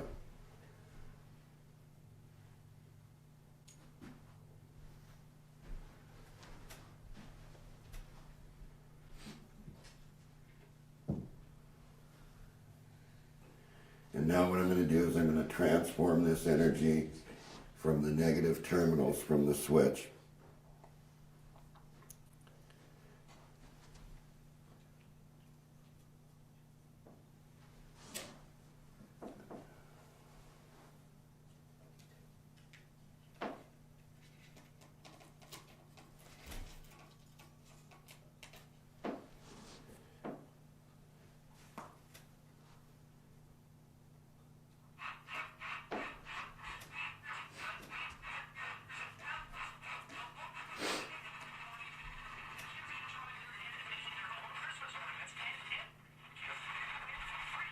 The batteries in there will be pulsing.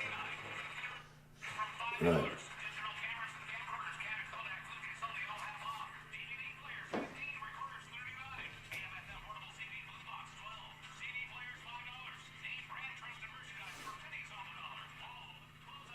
And you can actually, as you get closer to it,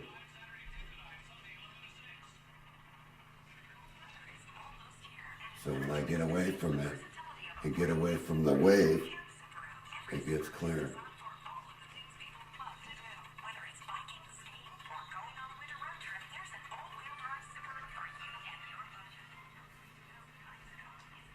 So now that you've seen this has all been running in the background this whole time, we'll measure the batteries one more time. We'll just get rid of this radio because I have clip leads on it and I don't want to short anything out. And you can see it's definitely off. That's what was left in the capacitor, and it's nothing there.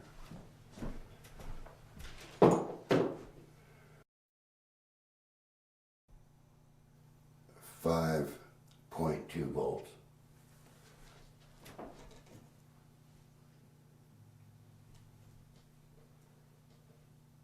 .8 volts.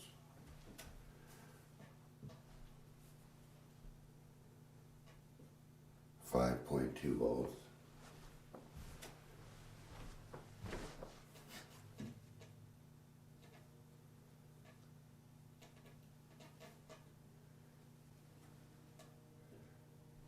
5.8 volts.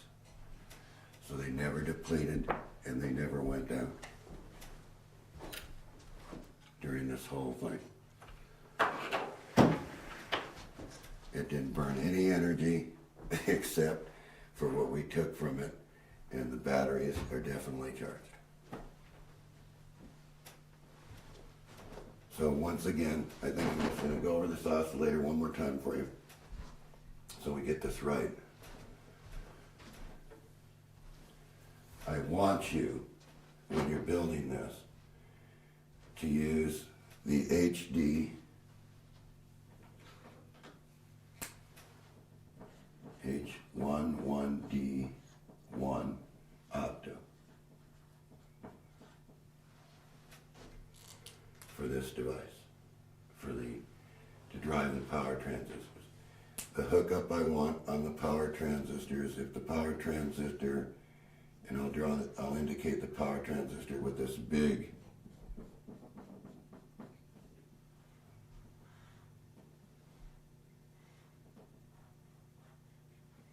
symbol. Okay, so I want the opto, if you're going to build this, to be hooked up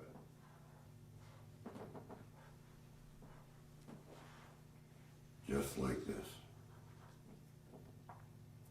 5, 4, B, E, C. Diode.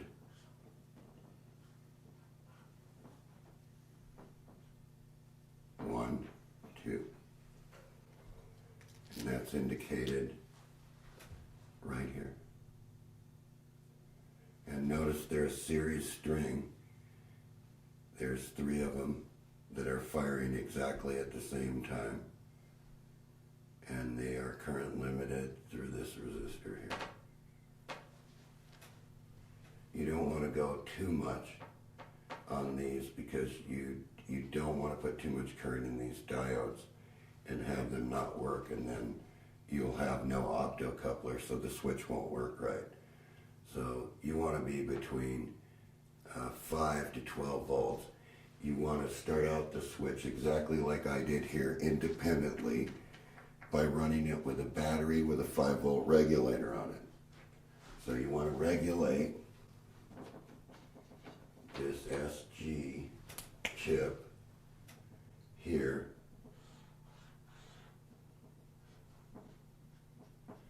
This ground is the same as this ground right here. This would be pin 3, pin 2, pin 1. So you'll come in with 12 volts here. You'll regulate it down to 5. and that's what'll run your oscillator. And if you feel that you need a little bit more through all this, then I would take this up to an 8-volt regulator, maximum, right at this point in time when you're first getting this switch to run. We're taking this 12-volt battery, and in the original drawing,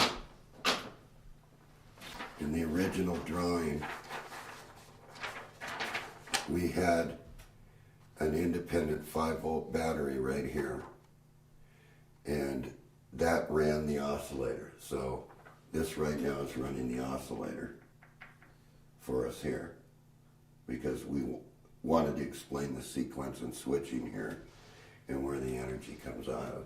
But those LEDs are all on the outside of the opto. Yes, they're all on the outside of the optos.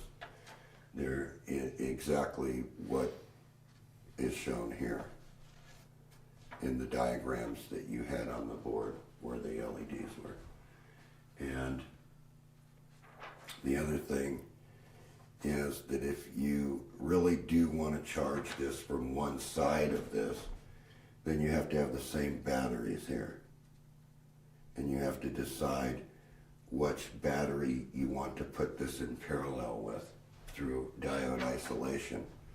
So for just convenience right now to run the switch for you and show you that it's absolutely a working device, it was easier to hook it up this way. And it's accomplishing its job because it's running all this stuff and these aren't going down.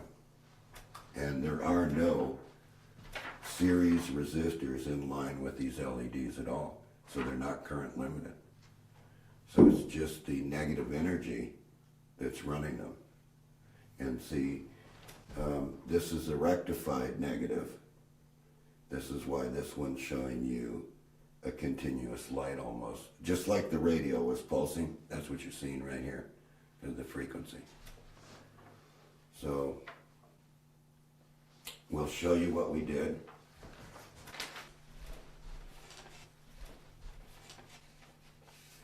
So I don't know if you can see that, but that's the circuit board right there that you're free to experiment with.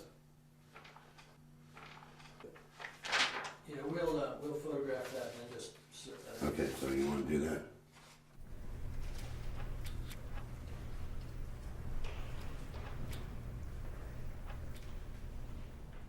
We were talking about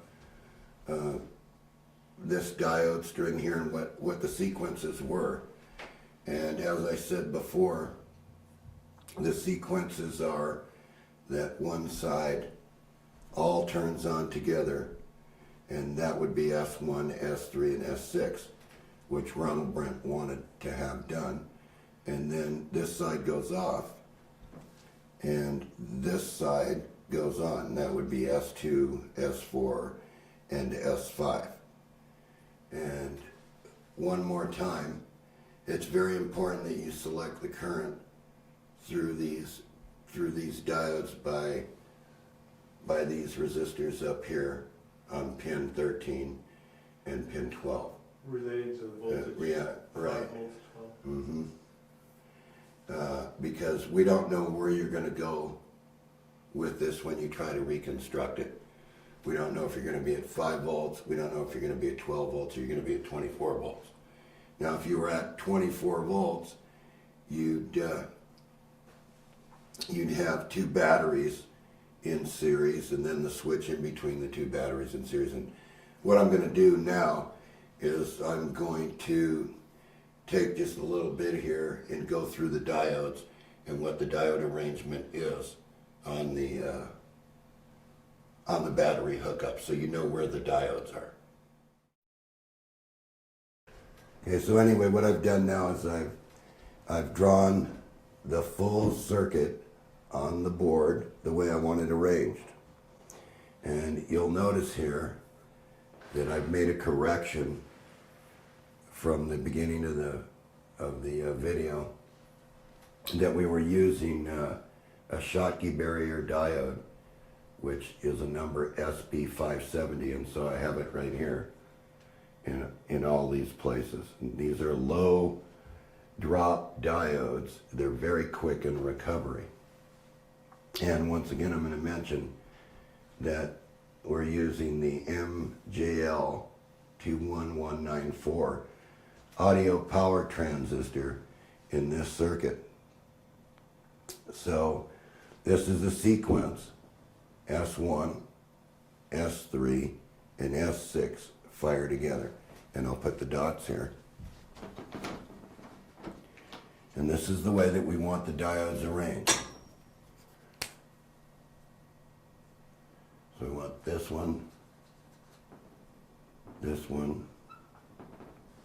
and this one fire together on this side. And then this side goes off, and this one,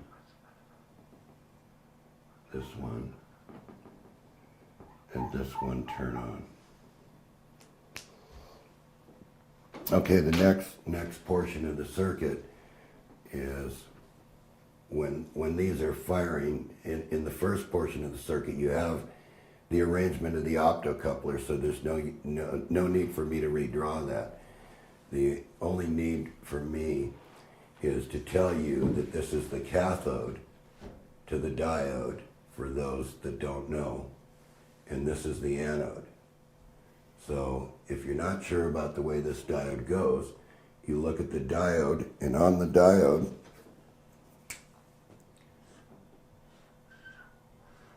you'll have a band with 2 leads. And that is the cathode to the diode.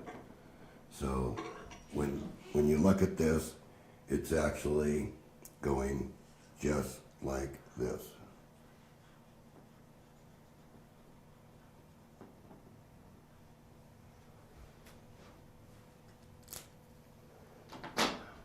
Okay, the next thing is, okay, how do we get the batteries to charge? So let's just imagine that the optocouplers are in, the oscillator's in, because to try to draw that on this board, it gets very complicated, but we have some stills of that, so you'll be able to see that. What happens is we want these diodes here that are negative. These are at the negative, or these here, excuse me. These diodes right here are the negatives. So what we have to do is we have to take this transistor here, and we insert the diode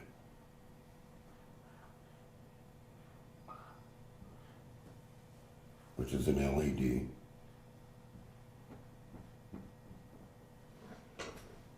And that diode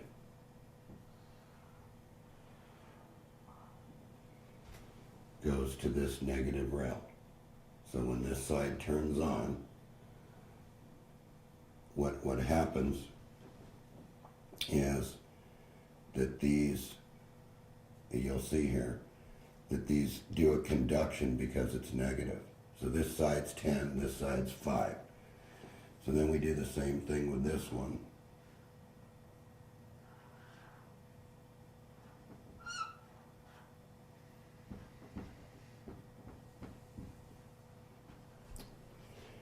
And when these are flipping backwards and forwards, in other words, just keep in your mind that what's happening is this becomes an alternating circuit, backwards and forwards, backwards and forwards, backwards and forward. And we take energy from the circuit, we take it from these points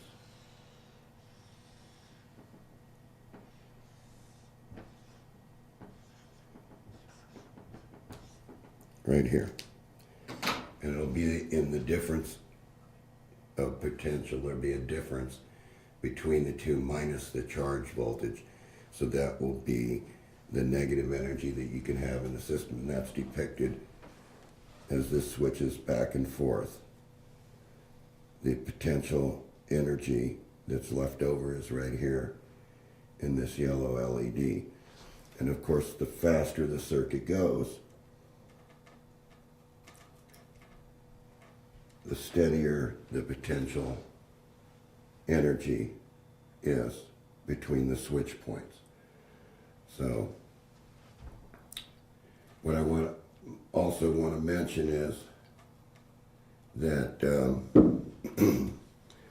you only need to run this for a little while, because you want to be able to use the energy. So if you use a little bit of energy from, say, this battery, and use a little bit of energy from this battery, and a little bit of energy from this battery, but running something, right? The batteries are going to lower themselves down, then all you have to do is put this in the charge mode and charge the batteries back up.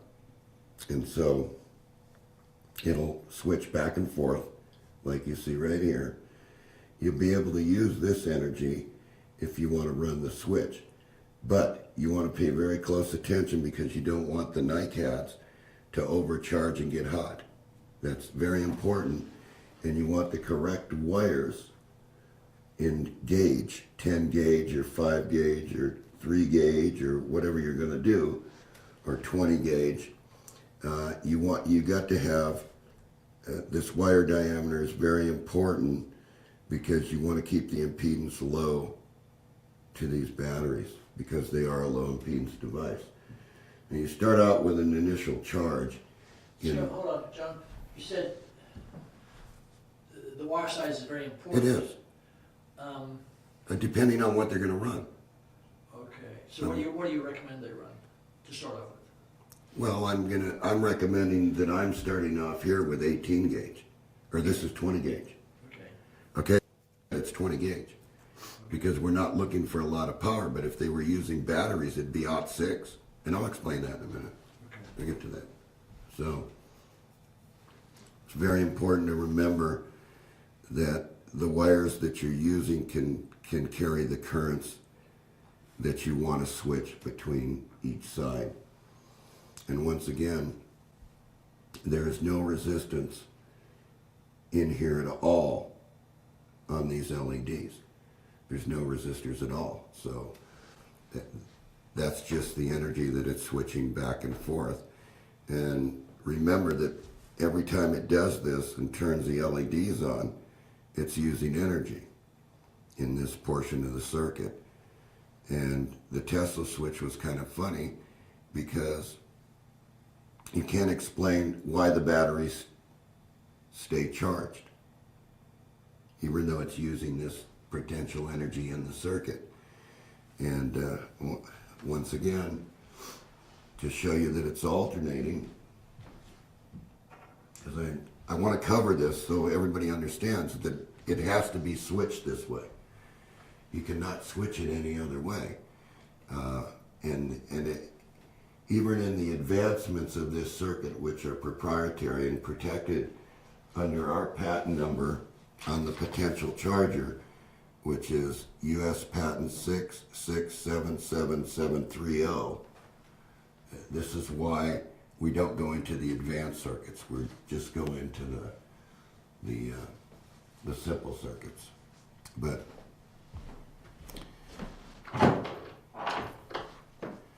we'll show you this again, that they're alternating.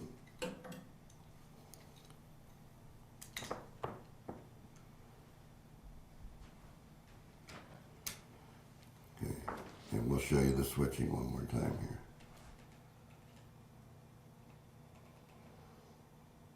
And if we look at the batteries, they're over 5 volts. In fact, they're up a little bit. Okay, now you can see that this one's coming down. And that's what they do. They go back and forth, and they alternate. And the funny thing about a NiCad battery is if you leave the circuit overnight, NiCads lose a little bit of energy because there's leakages in all batteries. So you have to understand that too, that once you perfect the switch to do exactly what you want to do, you can maintain a low charge mode where you could keep it running.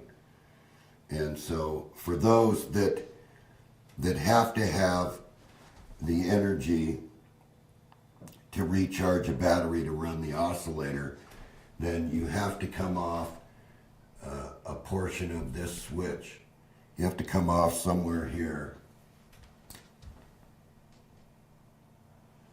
And you have to isolate the oscillator. So your battery is going to be here. And it won't be tied to the ground of the oscillator, but only you have to isolate the charge. So you're going to have to put another switching transistor in here to direct the charge when this turns on to this battery. And then when that's off, the oscillator gets the energy. So you can do it. And we can't go into that portion because it would take way too long to do that. But I think right now what you want to do is you want to run, you can always put a switch and switch two batteries here, because when you're dealing in the circuit here, you're not dealing with any negative energy. You're dealing with positive energy.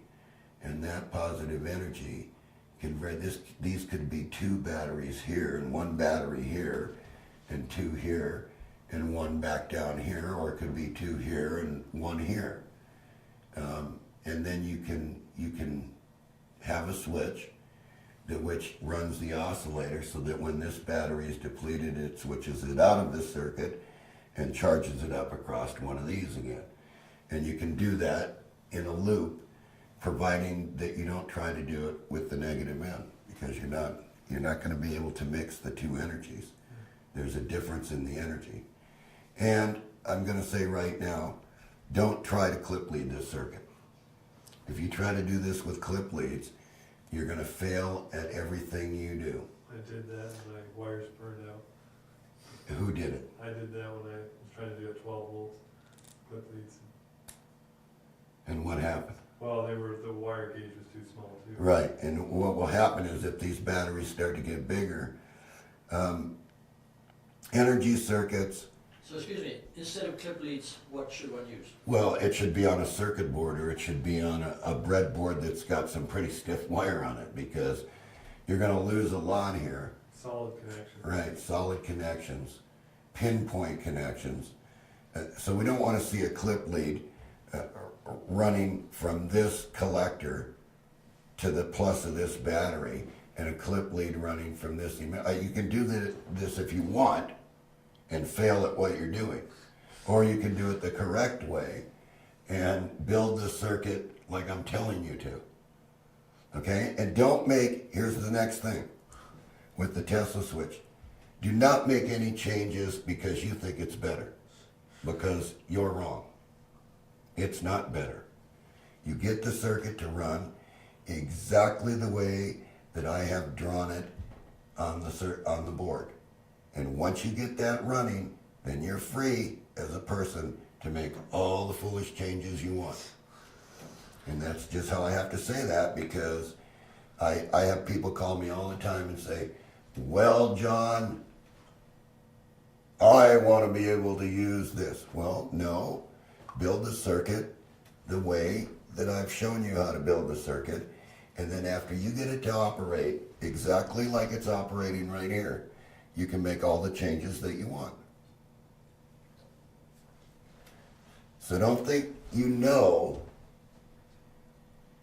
anything about this circuit, because for the past 25 years you've done nothing with the circuit. Nobody's built this circuit.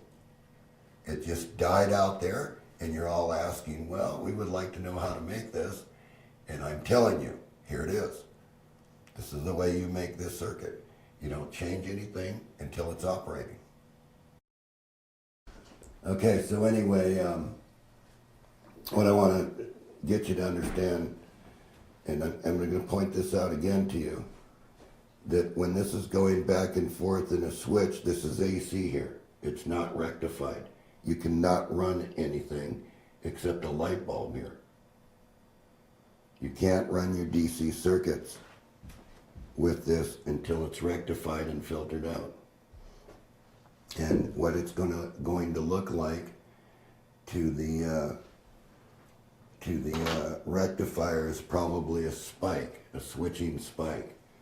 So you need to transform the negative to a positive energy to run something. That's what I was doing with this radio when I had it hooked up here.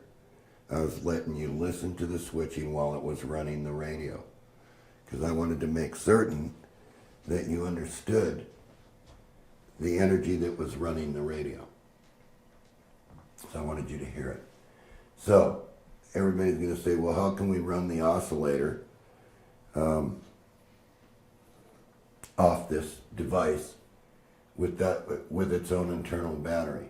Okay, there is one scheme that you can use. You can wait for this to switch, and then you can pick this up with an optocoupler. You can steal a little bit of this, pick it up with an optocoupler, and transfer some of that energy to your battery. So you would wait for this one side to switch. And I think it's actually depicted in this, thanks. It's actually depicted in this drawing right here, in the original drawing, of how you switch that. So this was your original drawing? Yes, the original drawing, which we'll make available so that they can get ideas from it. We're not saying follow this. We're saying go with the opto switching, because it's a little bit difficult to use all these transformers and get them all phased right. If you don't phase these transformers right, then you get switching that's not right, and then you're going to come back and you're going to say, well, we built the whole thing, but it didn't work.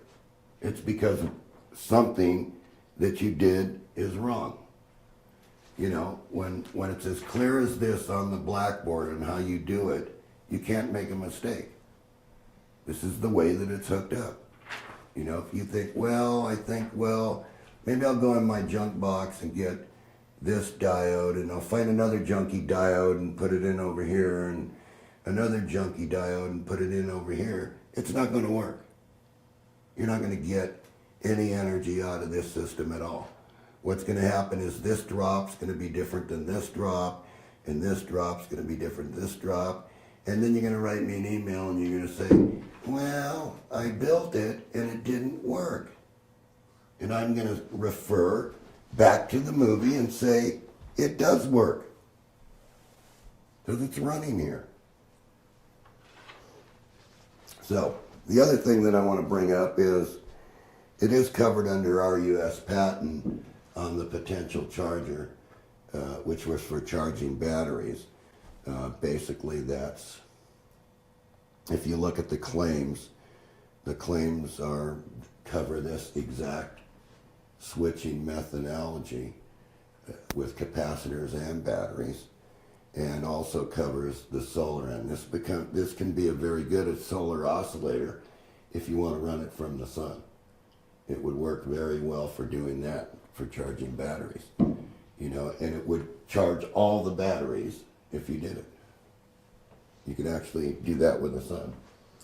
And the other thing I want to bring up is, I think that everybody owes quite a bit of gratitude to Tom Bearden for all this, because if it wouldn't have been for Tom Bearden, this whole field would have never even gotten started. Tom Bearden actually started this field by doing all the research work for everybody out there that's in the free energy community. And what I think is, in my own mind, is I would have never done this if it wouldn't have been for Tom Bearden. And everybody can say, well, we don't agree with Tom Bearden's theories, but has anybody really ever done the research like Tom Bearden? Have they done the discovery method? Have they tried the circuits, or did they change them? Well, for 25 years, The Tesla switch has been in a book, and to this day, I haven't seen any Tesla switches out there. I have never seen it on YouTube. I've never seen anybody report anything except for what's written in the book. So anyway, what I'm going to point out here is Tom Bearden. And Tom Bearden was very unique in his research, and always could go to a book and pick out the missing chapter in some form of energy. Do you know when And- Tom started the research on all this? Oh, Tom started this probably right after he got out of the military. Well, Tom it's was in, always- it's in his original master's thesis. Yes, it is. In the 40s, Creton And- Central Physics. Believe me, everybody that's listening to John rant right at this very moment, Tom Bearden does deserve the Nobel Prize for his research work. And what Tom always said is if you take little bitty pulses and you just build them up like this,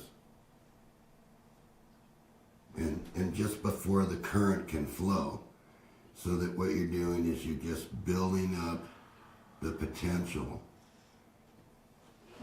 like this,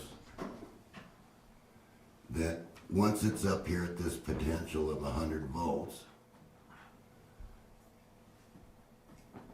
by doing this, you're charging some kind of a capacitor. All right? The symbol for a capacitor. And then once you do that, and you take this portion of it away, so that it's totally disconnected from it, and then you take this portion of the capacitor and you move it over to your battery,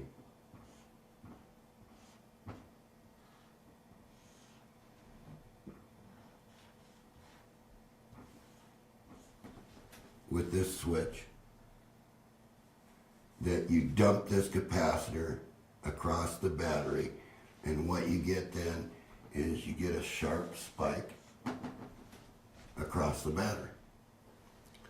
Well, he's tried to point out for years, and nobody took Tom Bearden seriously, that it's this little spike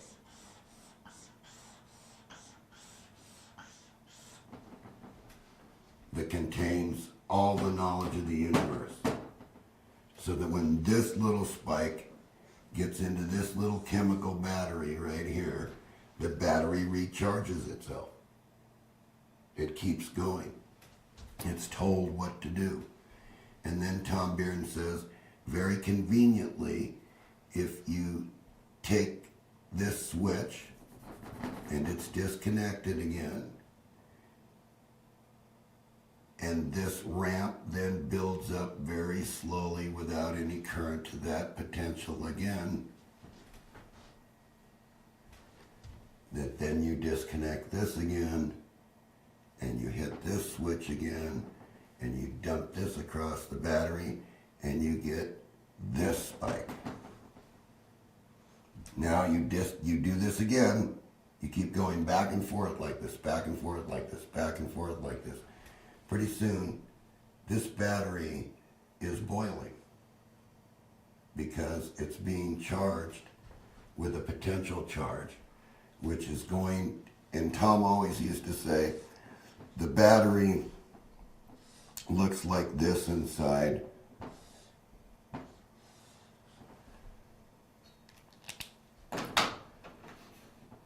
And the electrons, well, we don't know that there's any electrons. I've never found one on the bench. I can't see one. I can't see anything on the bench except for what these waves do. But Tom depicted that the ions are big, like this red dot. And they're just sitting here. Hundreds of them, thousands of them. Those are battery plates, the square things are Yeah. battery plates. Yes, those are the battery plates. Now, Tom said, you hit this with a potential charge. There's no current involved because as soon as the potential charge hits it, electrons start to pile up around, and that's the blue. And it keeps piling up until the ion moves that direction to recharge the battery. So, if you have all this potential and you have this signal that hits the battery, what keeps happening to the ions is they keep recharging the battery without any force. See, they move very slowly, but the battery sort of recharges itself. And that's what the difference is between Tom Bearden and people that I call current pushers, that do everything just by the book. You know, we don't want to use current. John does not use current to do any of this. If we're working with this, we don't want to use any current because the current in the circuit is the thing that gets everything hot. If you come over, and if you just came over here, Pat, and touch one of these devices, you'll see it's colder than the air. Oh yeah, it is. That's negative energy. So we don't want to use any current. We just want to use this little spike to move the ions in the battery back and forth. So once the ions move in the battery recharges itself, and then we can take this back. So if you really think about it, the Tesla switch, I named it the Tesla switch.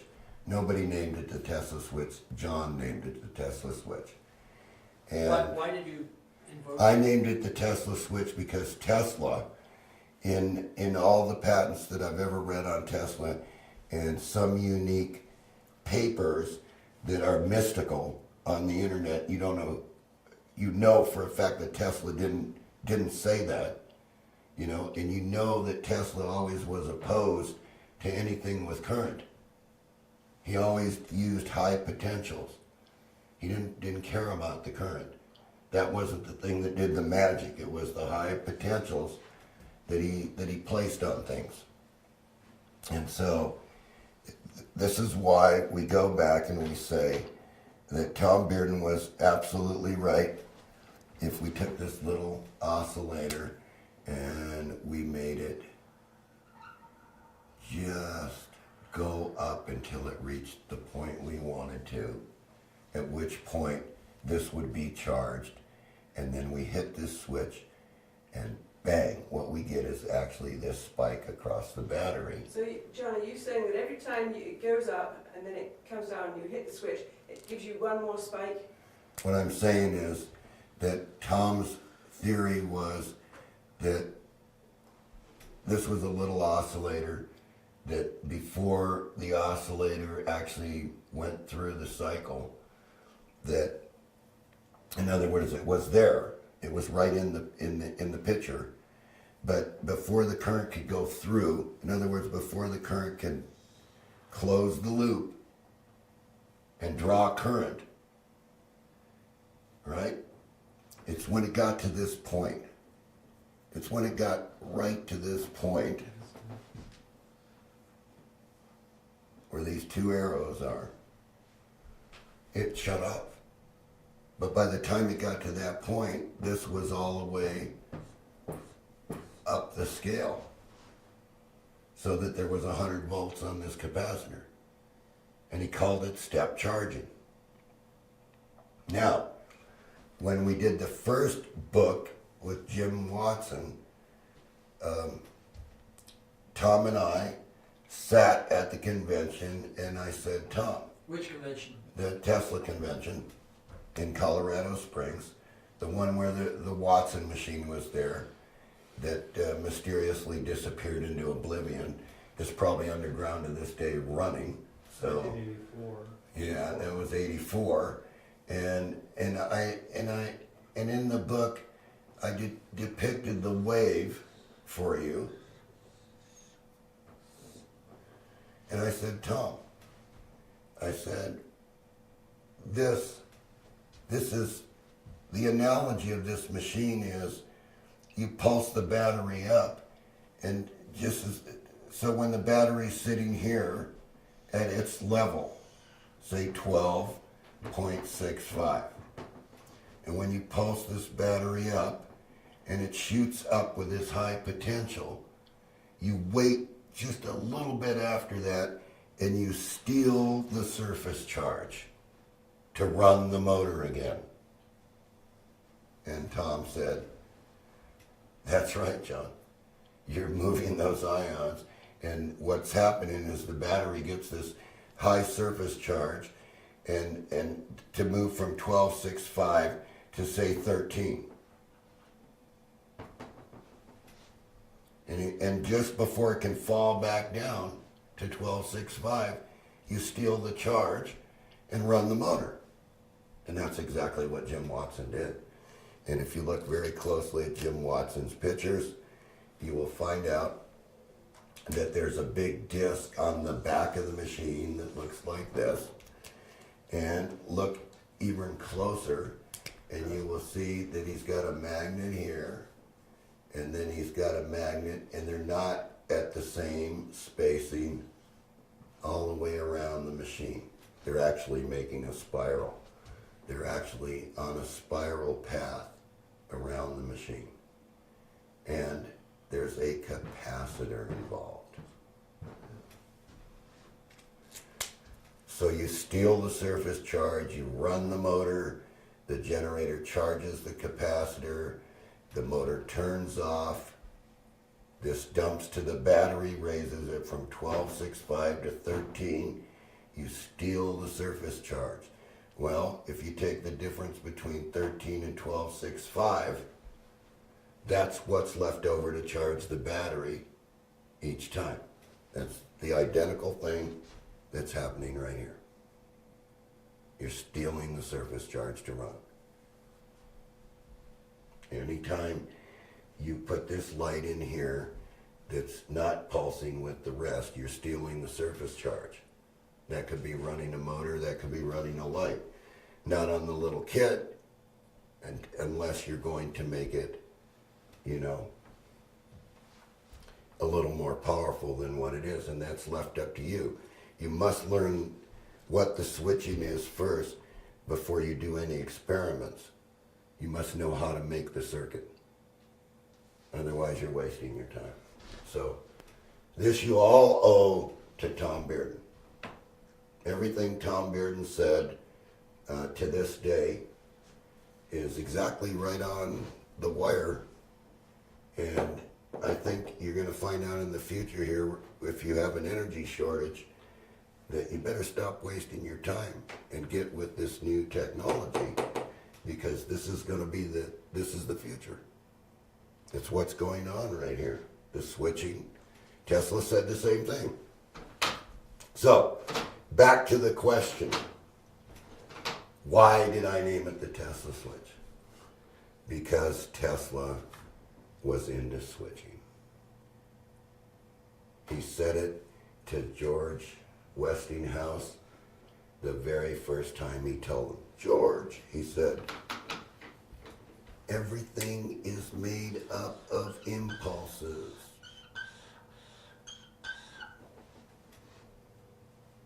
Everything. And so, did they listen? I don't think so. Or it was blocked, one or the other.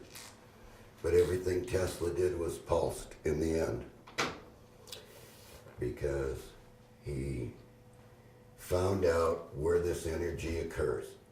And it occurs when the current can't complete the loop. And so I think that you have a fair enough understanding of all this. And I think what you need to do is write a letter to Tom Bearden and thank him for putting all this out, because John wouldn't have done this. But Tom asked that I do this. And another thing you owe Tony Craddock a lot on this too, because without Tony, none of these DVDs would have ever gotten to any of you people. So with that, I think I'm done with the Tesla switch. John, I had a question. Okay. Yesterday you showed that piece of equipment that you said your first Yes, one. yeah. And you said the guy came in and shot at it. Yes. What did he take out of it? Well, this was an operating unit, just like this is. Mm-hmm. And John doesn't allow anybody to come anymore and touch anything. All right? But what he did was, this was operating on the bench, just like you see this one, except it's in this box with these batteries. Mm-hmm. And he flew, but it was about 2 weeks after the Tesla convention, and with when Ike Mueller came up and we wrote this book. And of course Ike got to see the machine and got to measure the machine, because he actually stood on stage in Colorado Springs, and I held it up in front of 850 engineers, and they all raised their hand, and I said, you come up. Here, what's this box doing? What are the batteries doing? And he stood right up there on stage and said, they're charging. And then I ran the motor and they were still charging. And of course, I handed out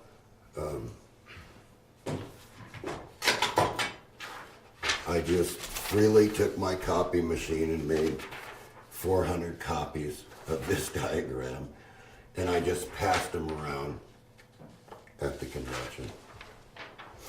And shortly after that, this guy shows up with his scope and everything else, his little digital scope, his little portable digital scope. And he says, I don't believe that works at all. And I said, well, it's right there. I said, just flip the switch, which was here. I just said, turn it on.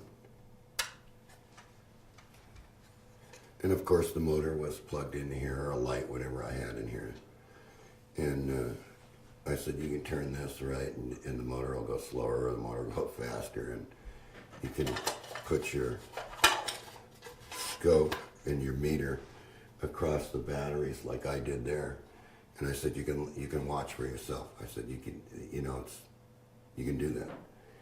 And I had an employee in the back who needed help, so I just turned my back for a few minutes. And when I came back, he says, see, I told you it doesn't work. And he had the batteries out, and he had cut these wires, right? Because he wanted to insert something, and then he got lost because this was a breadboard. And then the next thing he had a clip between two resistors here, and yeah, I know it's hard to see, I think, Rob, isn't it? He had a clip lead shorting these two out, so he blew the chip out, right? And he packed up his stuff, and he says, see, I told you, it doesn't work. And I never allowed anybody to ever come back in to my shop and touch my machines again. Because for some strange reason, if you let people mess with your models, if you do the experiments yourself, it's one thing. And you do it in front of the camera, and just like we're doing right here, you can see that if I pick up this board, there's nothing under the board.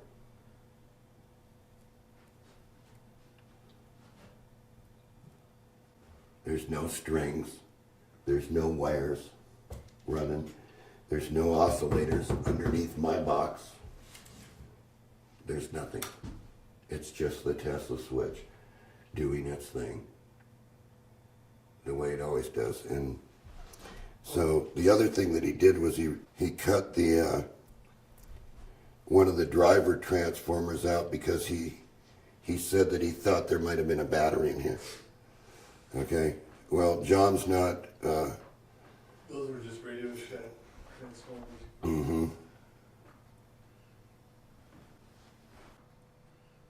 John never has cheated in anything, and he's always been right up front with everybody about this.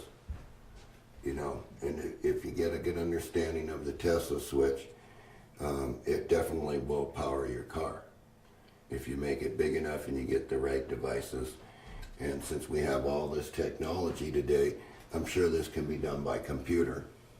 You know, I wasn't going to do it with a computer chip here because I wanted the basic circuit back. You know, and let everybody build the basic circuit and study it. And then you can make refinements from there. But just remember whose patent it is. One more question, John. It's probably not even worth putting on it. I didn't quite understand what you were saying here. You said Tom brings this up. Let's. Well, let me hear the question first. And it comes down here and it goes to a switch. So, and then you get this spike thing. Mm-hmm. And he said, and you rub it out and you push it up again. And you get this spike. You jump to this spike. Because you switched it twice now. Okay, so now you go up again. It comes out. It goes to this spike.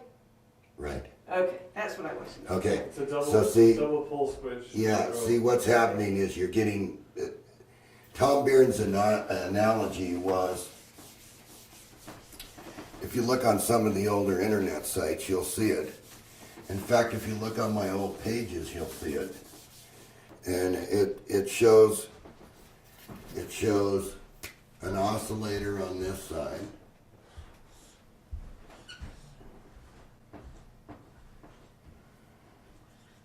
And it shows a switch. And it shows a load over here. It shows a switch. And this is the capacitor. So it shows the switch switching this direction and the capacitor charging up to this 100 volts with no current. And then the switch flips, right? And goes across the load, and you have the energy. And you can do that all day long using basically no energy to do it, just what the oscillator's doing. And so Tom said that it starts like this here and builds up very slow to that point, at which time this switches this direction. It disconnects completely, so nothing can flow back. On both sides. Yeah.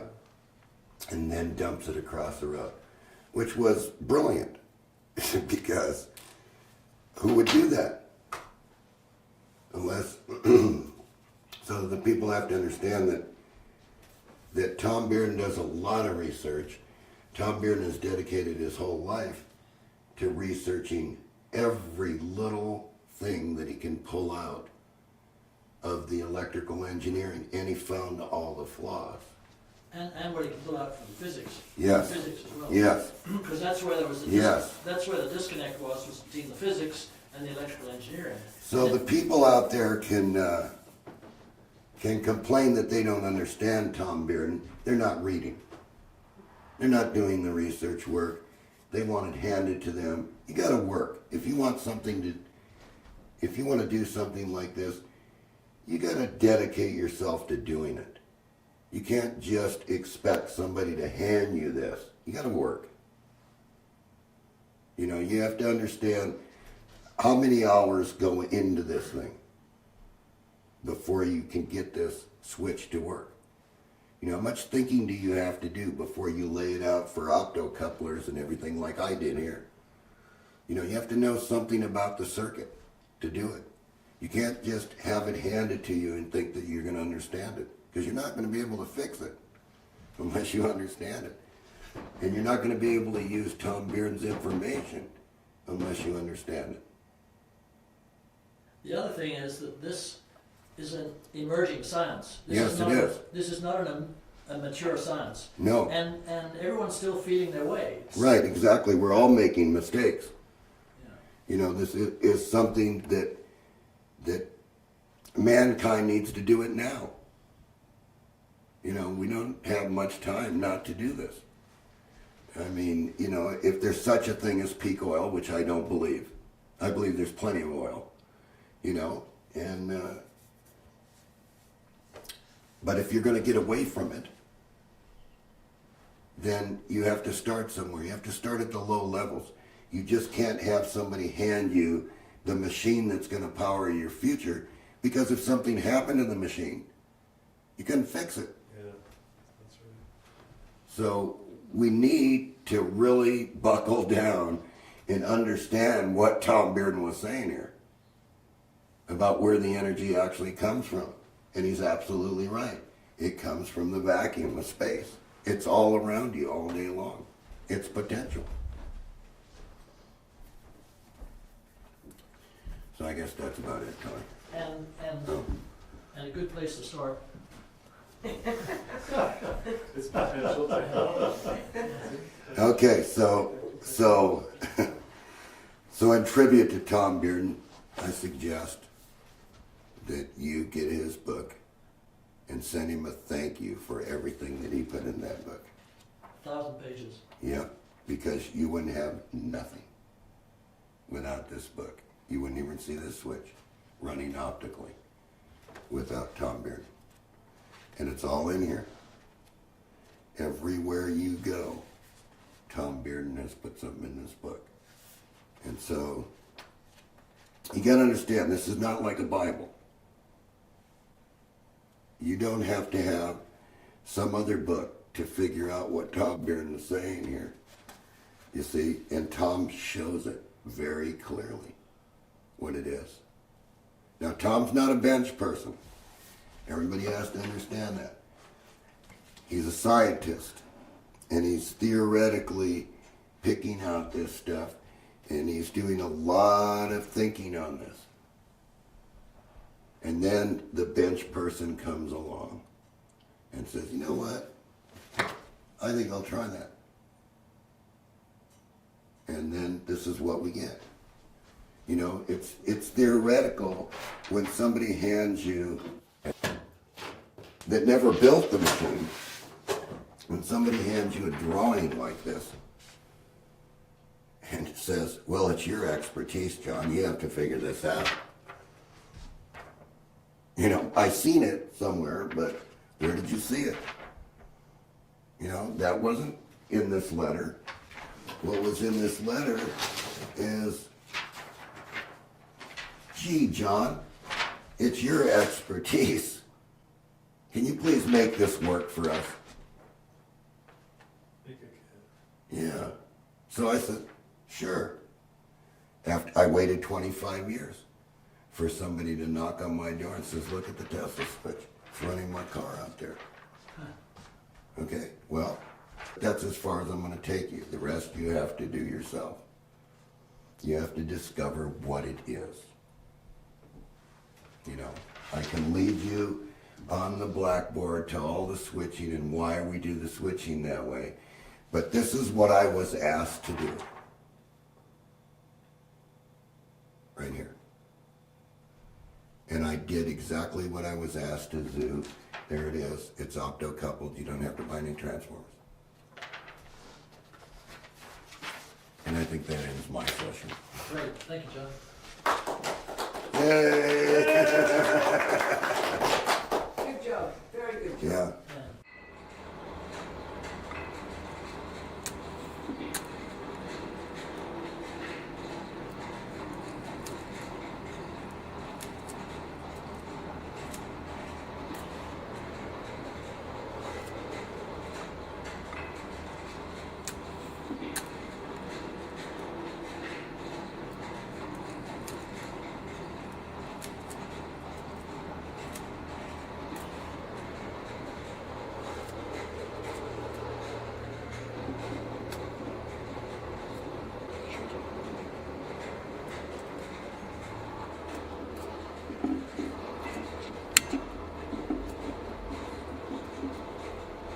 I'm going to do a simulation for you for the Tesla switch so you understand one half of the switch. And so I'm going to show it to you on the bench with the simulation with the batteries. And so what I've done is I have fixed these transistors so that they're on with a 100 ohm resistor, as if the optocouplers turned them on. And you can see this one's on, this one's on, this one's on. And I'm going to pulse this one with a generator so you can see the direction of the flow through the load and the battery charging. And so, once again, the simulation is what has been on my internet pages for close to 25, almost 30 years now. And so we're going to get right to it here. And what I'm going to do is I'm going to show you the pulses. You're going to be able to see the scope, see what's going to the light bulb, and I've turned the frequency down real low so that you can see how this is switching. And then we'll get a shot of the battery. So the battery's at it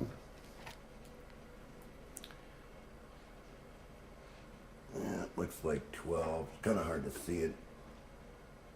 12,594 right here in the meter. It's not very well lit, so it's going to be a little difficult.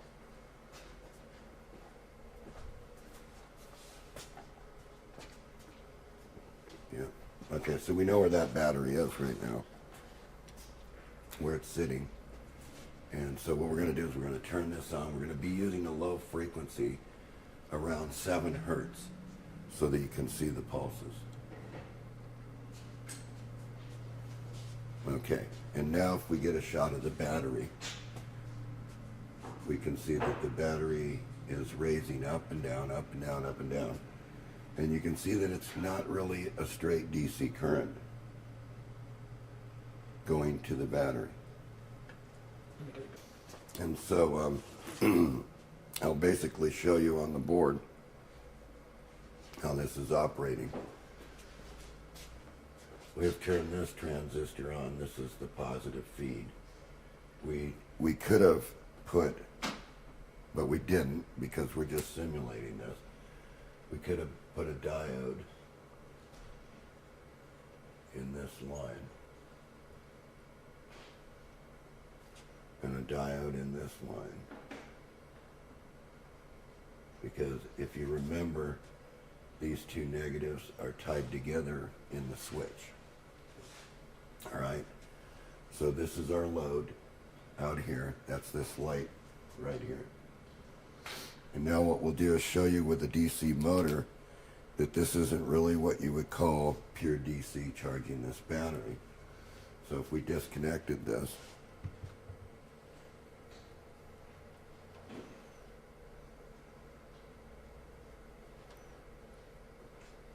you can see that it's oscillating here. We'll give it a little push. It might, well, it doesn't look like it wants to go. But you can see how the waves changed here now. Picking that up.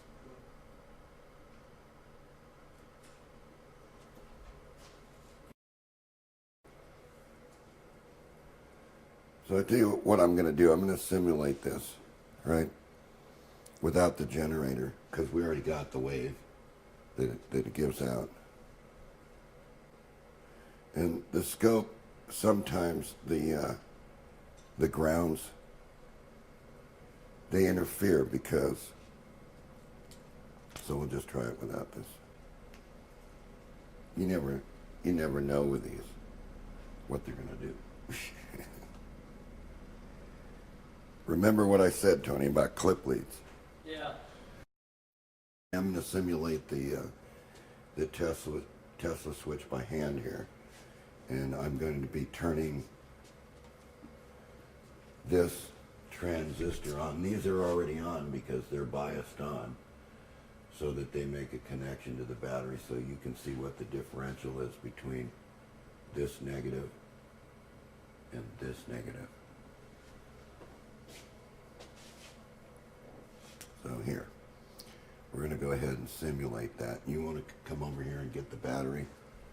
As I hold this on, I'm going to go ahead and get this here for you. I want you to get the meter of how it's 12658, 12660, 12661, 663, 665. right. So this is simulating 668. as if the switch was on and going real fast. 673, 675, 76. Good. Where's it going to stabilize? You want? No, it'll keep charging. Okay, until so it gets up to boiling. 80, so I'll just cut here. Yeah. This switch is just a simulation of what the oscillator would be doing with the optocouplers, and you can see here. Now what we'll do is we'll tell the switch to run a DC motor, and I'll simulate it.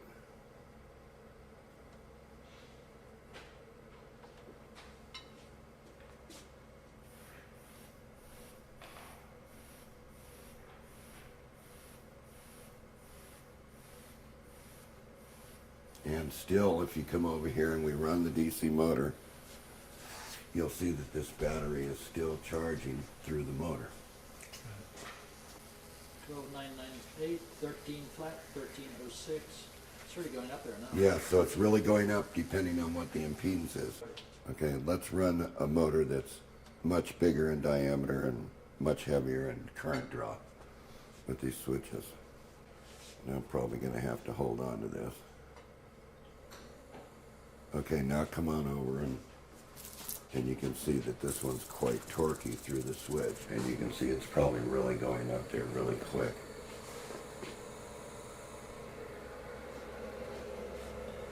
Twelve nine 12,930, 12,940, 12,945. As I torque the motor, it should rise. It's going quicker. We're up to 13 right there. 1320, 020, So as I draw a load from the motor, 13050, 13006, 13075. I mean, it's going it's up climbing really very quick. rapidly. Very Yes, because we're putting the motor under load, and more is being transferred to the battery. So, once again, what I'll do is I'll simulate the pulse with the light, and of course, it's not going to climb as fast because the load is much less. So the harder the load is on the Tesla switch, when it's arranged, the lower the impedance of this load is on the Tesla switch, the more this battery charges. So then when it switches back the other direction, then these are charging more too.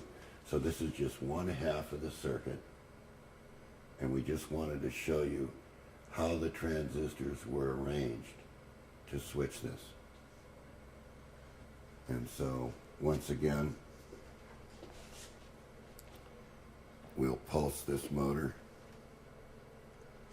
the one with the fan, so you can see it.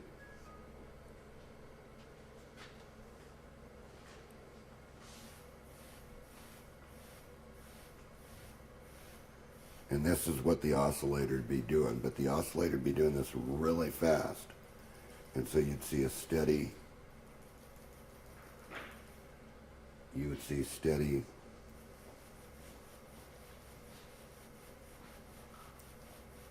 power forward if it was driving an electric vehicle like Ronald Brandt claimed. Right. So we just wanted to clarify what our experimental data was on the bench with a simulated load on 1/2 of the circuit going to one battery as if these two batteries were in parallel. Right. And I think that now we've explained this and we're okay with this.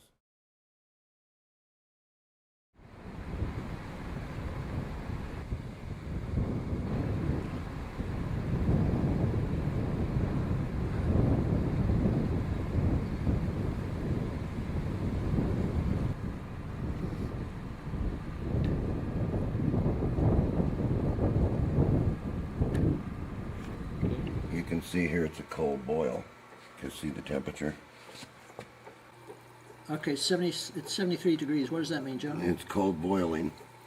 See here look at the battery, 72. Okay, so the battery's 72. And Right, now look at the wires. This is the hot side.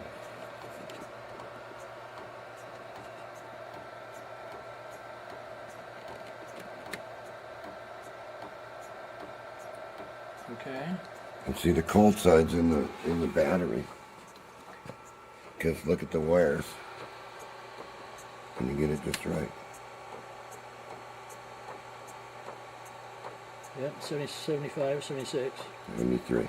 73. Mm-hmm. See, there's no heat in the wire. Yeah. But there is a gigantic magnetic field. See? What are you showing us here? The current that the switch is putting out under this condition. Okay.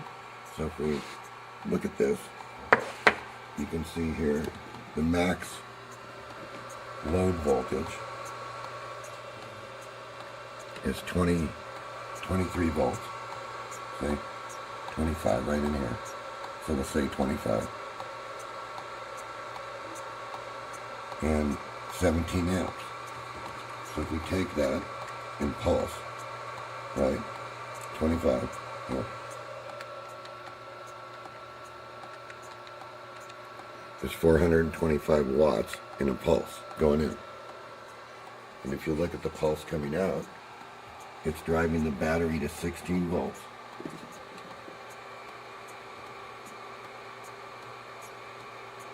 And over 60 amps here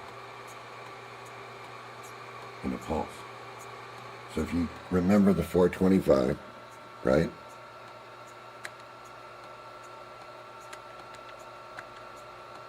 $16 times the 60 is 960, and then divide. There's your COP. What is this? What is the COP? 2.2. Okay. COP of 2.25. So now if we go to a sleep mode, or let's say we're just going to go away, you can see here the gain's going to go up because now we're actually going to put basically nothing in. 25 volts. So we'll just call it 25 times, every once in a while it's going to hit 11 amps, 12, 13, 10. So we'll say around 11 amps. See, because it's not, so we'll just take the mid. So we'll just call it 15. Okay, so it's going to be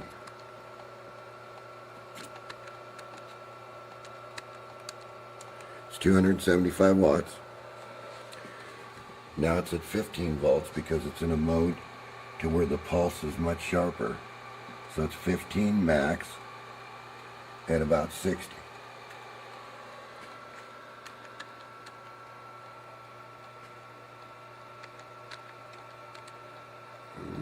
Syntax there, okay. It's 900. What did I say it was? 225. 25. Divide by 225. Now you have a COP of 4. So in the sleep mode, there's a COP of 4? Yes, because of the pulse is much sharper now through the system.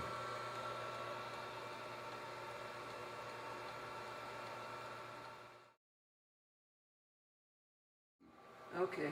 Then this red one's going to come on and tell you it's overheated. And it's going to Oh, shut this the one's machine off. green. It just says that, yeah, I Yeah, can see it's going to green shut on the it, yeah. machine off and until the device is cool. Mm-hmm.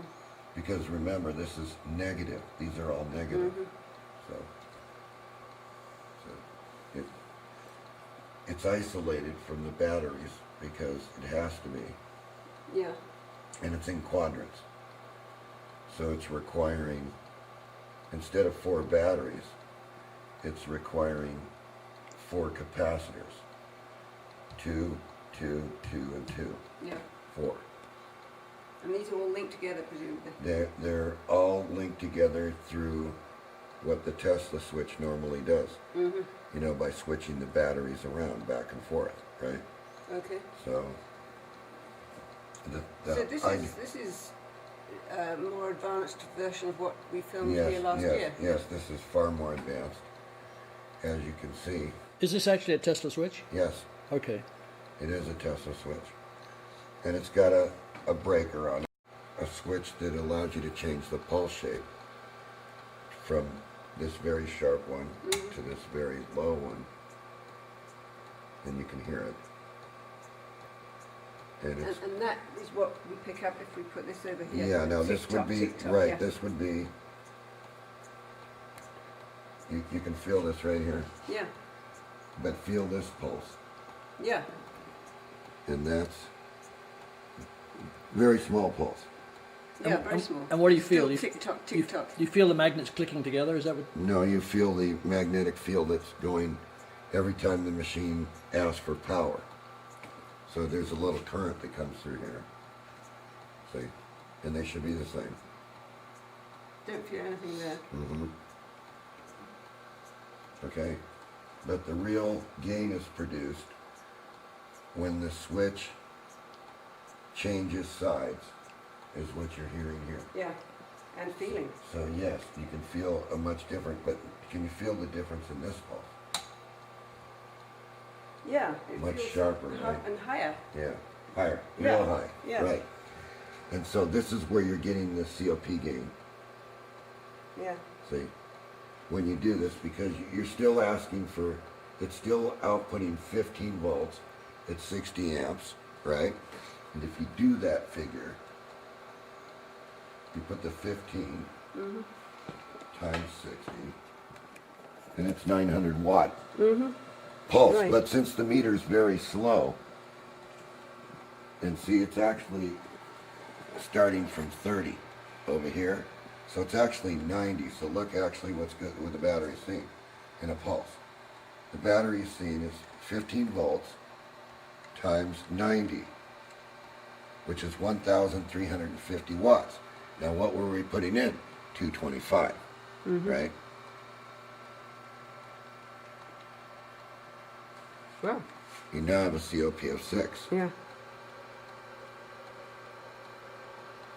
Now why, Now, why does that vary? because of the reduced current on the input, this is why I've always explained with a monopole motor that the least amount of current you can put on the input, the maximum amount of gain you're going to get through the machine into the batteries.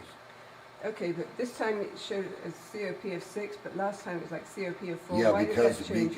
because we went from where the real starting point was. Oh, okay. We had to add 30 more. That's right, because it goes between the Yes, 30 yeah. over to the 60. Yeah. Right. Instead of the 0 to the 60. Right. Okay. So we have got it. to add it together, Right. which is actually 90.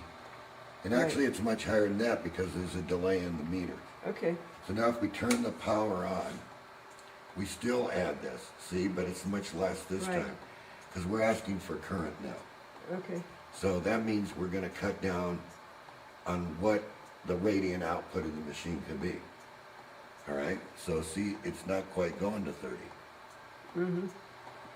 Yeah. So it's about 15 plus the 60. See, because it's starting back here.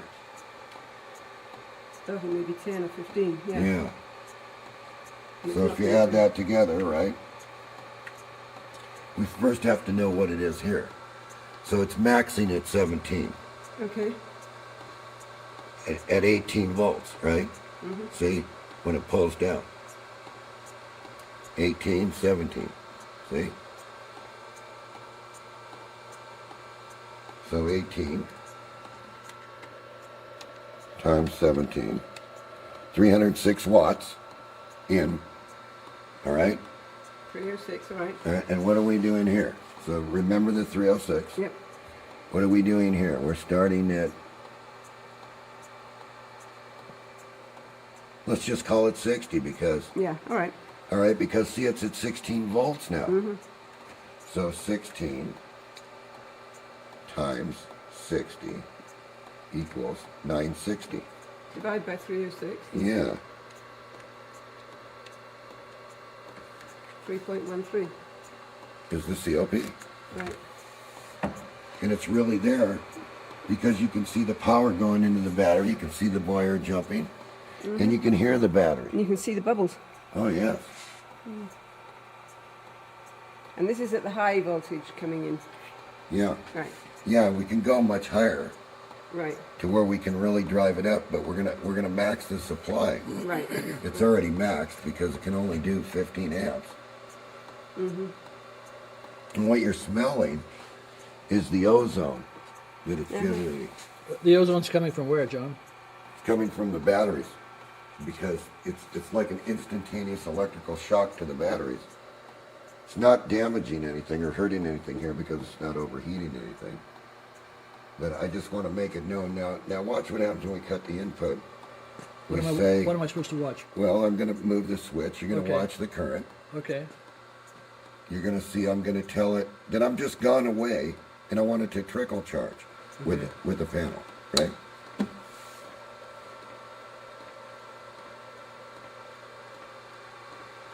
So we're going to get a maximum here, aren't we? 11? No? So we got to average it, see? Because it only consumes what it needs.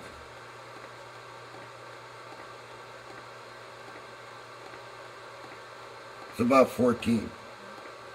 And then the load. 20 volts, right? Yeah, give or take. 280 watts input. Okay. Okay, now we're looking at 15 and 90 because it's starting back here, see? Right. So we clear that. What did I say what that was? 280. Okay. Yeah, so now we're looking at 90 times the 15 is 1,350 watts divided by 280. 280 divided by 280. Okay, so let's do this. 1350 Yeah. divided by 280.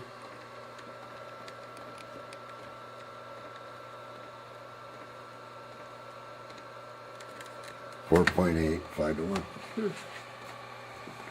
That's the trickle charge. Yeah, that's a COP under that mode. Because it's pulling less current, then there's more COP. When there's less current Right. on the input. What do you call this switch? It's just a Tesla switch. It's a quadrant Tesla switch. A quadrant, I mean... Yeah, it's totally advanced from the movies that we shot before the filming on what we did before with this switch. Right. So I just wanted to make sure that I had this documented where you could actually see the COPs Right. and how they were figured on the switch. Okay. And I wanted you to actually get, you know, a look at the cold boil and what the temperature of the cold boil was. Yeah.